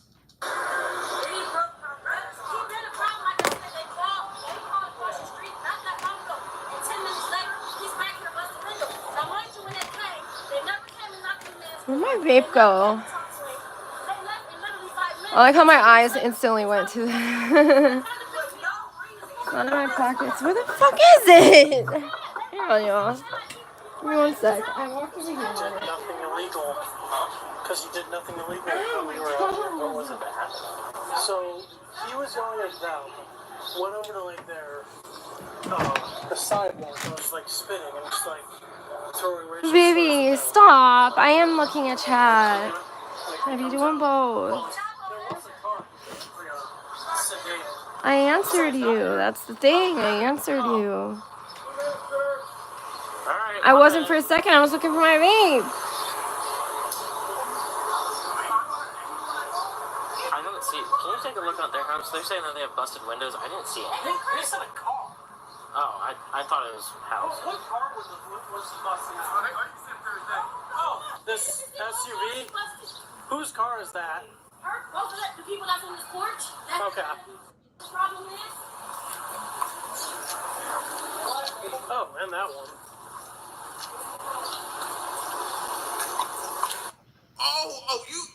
You want to play those type of games? I didn't see it the first time the cop went back. I totally missed it too. You know what I mean? But Yo, he took a brick to their joint. I commend them because they're exercising restraint. Salute to them for exercise. This fool took a brick to their windshield. We don't even deal with each other. Right here. I know he's not opening the door. 550945 black GMC SUV. Hello, gentlemen. What's going on? So I just got home. But do you want to talk? Do you want to talk inside so that you don't have to hear everything that's going on? Oh no. Oh no. Okay. So what's going on? So I just got home. The guy on the left has a 9mm. He had rubber gloves on, had a silencer on it. You can see the bullet hole through there. I don't know what's going on. This also. Okay, can you show me inside? Because if there's a bullet hole, then I need to see that. I don't. Oh yeah, everybody press charges. Yeah, I'm pressing charges too. Oh what? Read a book, you. Damn. Look, why are you pulling guns out? Why are you violent? Can you show me where this bullet hole is? I don't think I want you in my house. I don't Okay, trust then police officers. Then you can't say that you're getting your house shot. Whoa. I know good and well you ain't gonna say that those people just shot up. First of all, we don't even see the bullet hole from the outside, right? But you gonna tell the officer that they fired a bullet hole from a gun that they had on with gloves on and everything like that, and you don't want to let them in the house to see it? I smell bullshit. Y'all smell it? Yeah, yeah. I smell a liar. That's what I'm smelling. Because anybody who is a victim of somebody firing shots at them is definitely gonna let the cops in there to see it, to verify it. Especially if you're trying to prove a case. Lying. Sorry, I have that. There's a hole in the window. It's not a bullet hole. Let me double check. I have to see the actual end. You have no permission to enter my house. Okay, all right. Well, Who's Zero Mission Car? That's yours? Okay. In the house, The GMC? yes, that's Okay. But then this, I think it's a Nissan? This Nissan's hers or?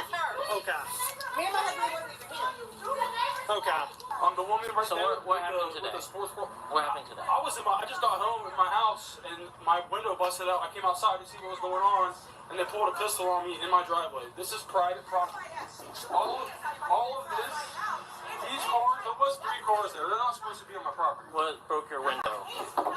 So that's what Can I look or no? His window's broken. Okay, but what broke your window? Because if it came from outside, it'd be. Now I don't think it's a bullet hole. Are you kidding me? That's a heck of an accusation to put on somebody, bro. That's a real accusation to put on What's somebody. up, Now you say Claire? you don't think so. Now everything that comes out of your mouth, the cop should automatically assume is a lie.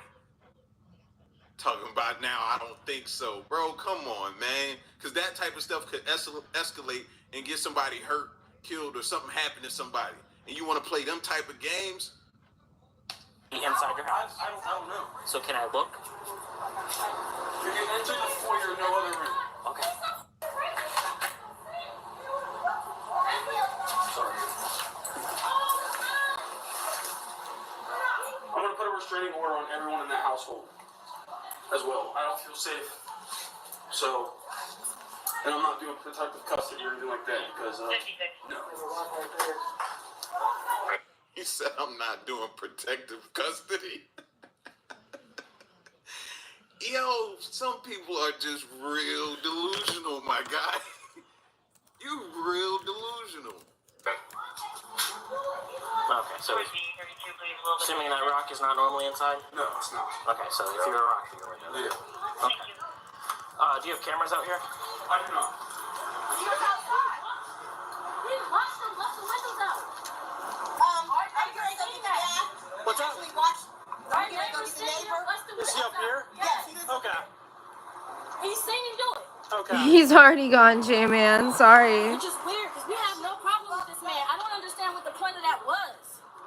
I need all these vehicles off my premises. Then you asked. You don't go busting windows. What's wrong with Why are you Jesus. You seem like you need mental health assistance. You okay? you? You need mental health assistance. Okay. Yeah. Just ignore it. Just ignore it. Oh, that sucks. That sucks. Black Lives Matter, man. I Yep.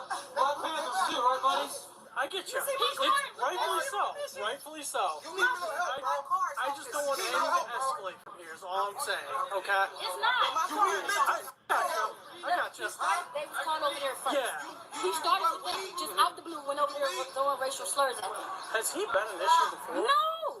He come over here from time to time, he's selling a course with us. We just fed him a couple of days ago. That's why we have no understanding where that came from. I take it, they come downstairs and tell him. Yo, you came to their house and ate their food and then switched up on them? That's diabolical.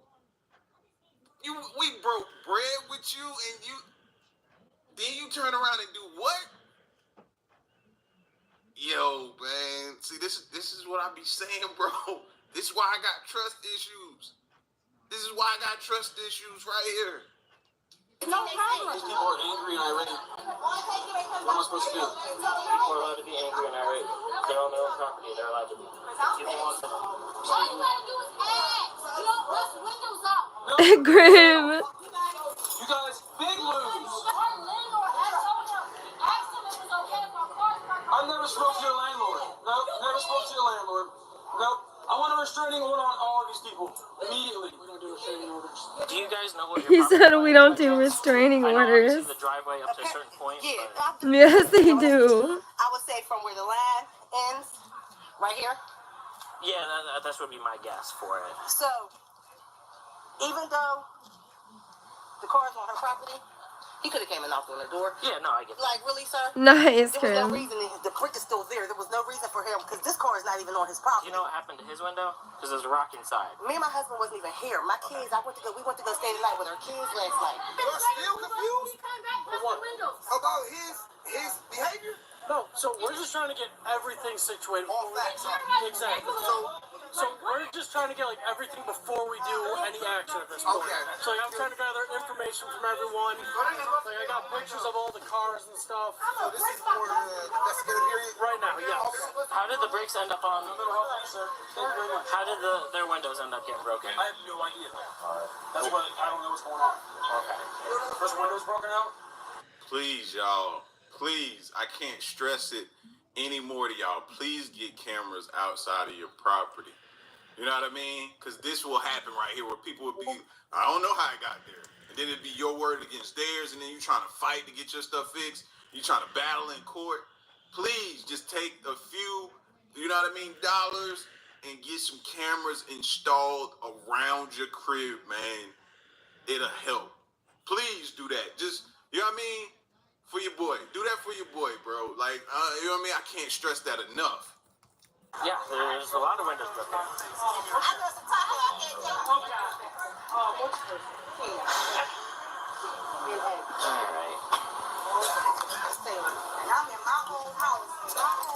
You pay rent. You don't own it. I own all this property. Okay. Where's rubber gloves, boy? Losers? Fucking gang member losers. Look at my game. Look at my game. Dang, bro, we gotta be gang members too? That's what we look like, gang members? I guess because my hat is backwards, I'm a gang member and all that too. For real? That's crazy work right there, man. Where do you get the hate from? Can you buy that somewhere? Do you buy that somewhere? You grew up like that? Maybe it's because of where you grew up at. You know what I mean? Maybe that was a learned skill. Or maybe you weren't raised like that. Maybe you just somehow picked that up. I don't know, man. I be wondering. I be trying to study human behavior. He would be a great test subject. Now you're all crazy. I'm not even German. You read a book. That's a hard auger, buddy. Offensive, isn't it? Really rude.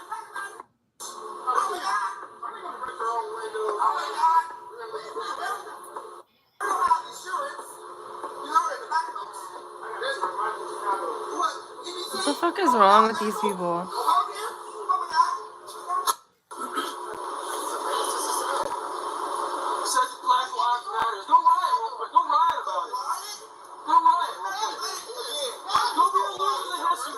Dang, bro, who brought Black Lives Matter into it? You know what I'm saying? Who brought that into it? People be having some stuff that they be wanting to say. That hate be so deep inside of them. When they get the opportunity, they bring up everything. That ain't got nothing to do with the situation. But you He's bring not it up. wrong. Wow, bro. Wow. He's a racist? That's not right. That's a fact. That's a domestic terrorist organization. Why are you guys clapping it around? You kidnapped girls, fact. That's a fact. You're a now. Spill it.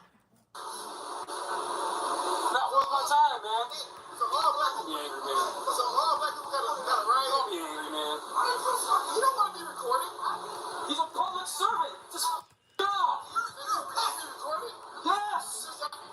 You're a public servant. I'm recording everything, dude. Exactly. Exactly. It's on his own property. No good. I'm history, boy. He's ignorant, though, so... Yeah, oh yeah, this guy says I'm ignorant now. Yeah, it's ignorant. Girl power. Cool, fat boy.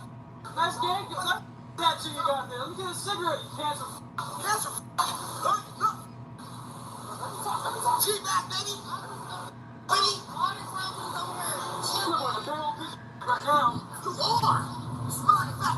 That shit sounds crazy. On another note, I'm gonna restart this live stream. I will be, yeah, I'm just restarting it real quick. So I'll be on it right away. So just come straight over if you don't care. This one's just been going for over 200 minutes. I'm trying to restart so we can get, hopefully, some people. Hopefully, I don't know. See you guys in a minute. Bye.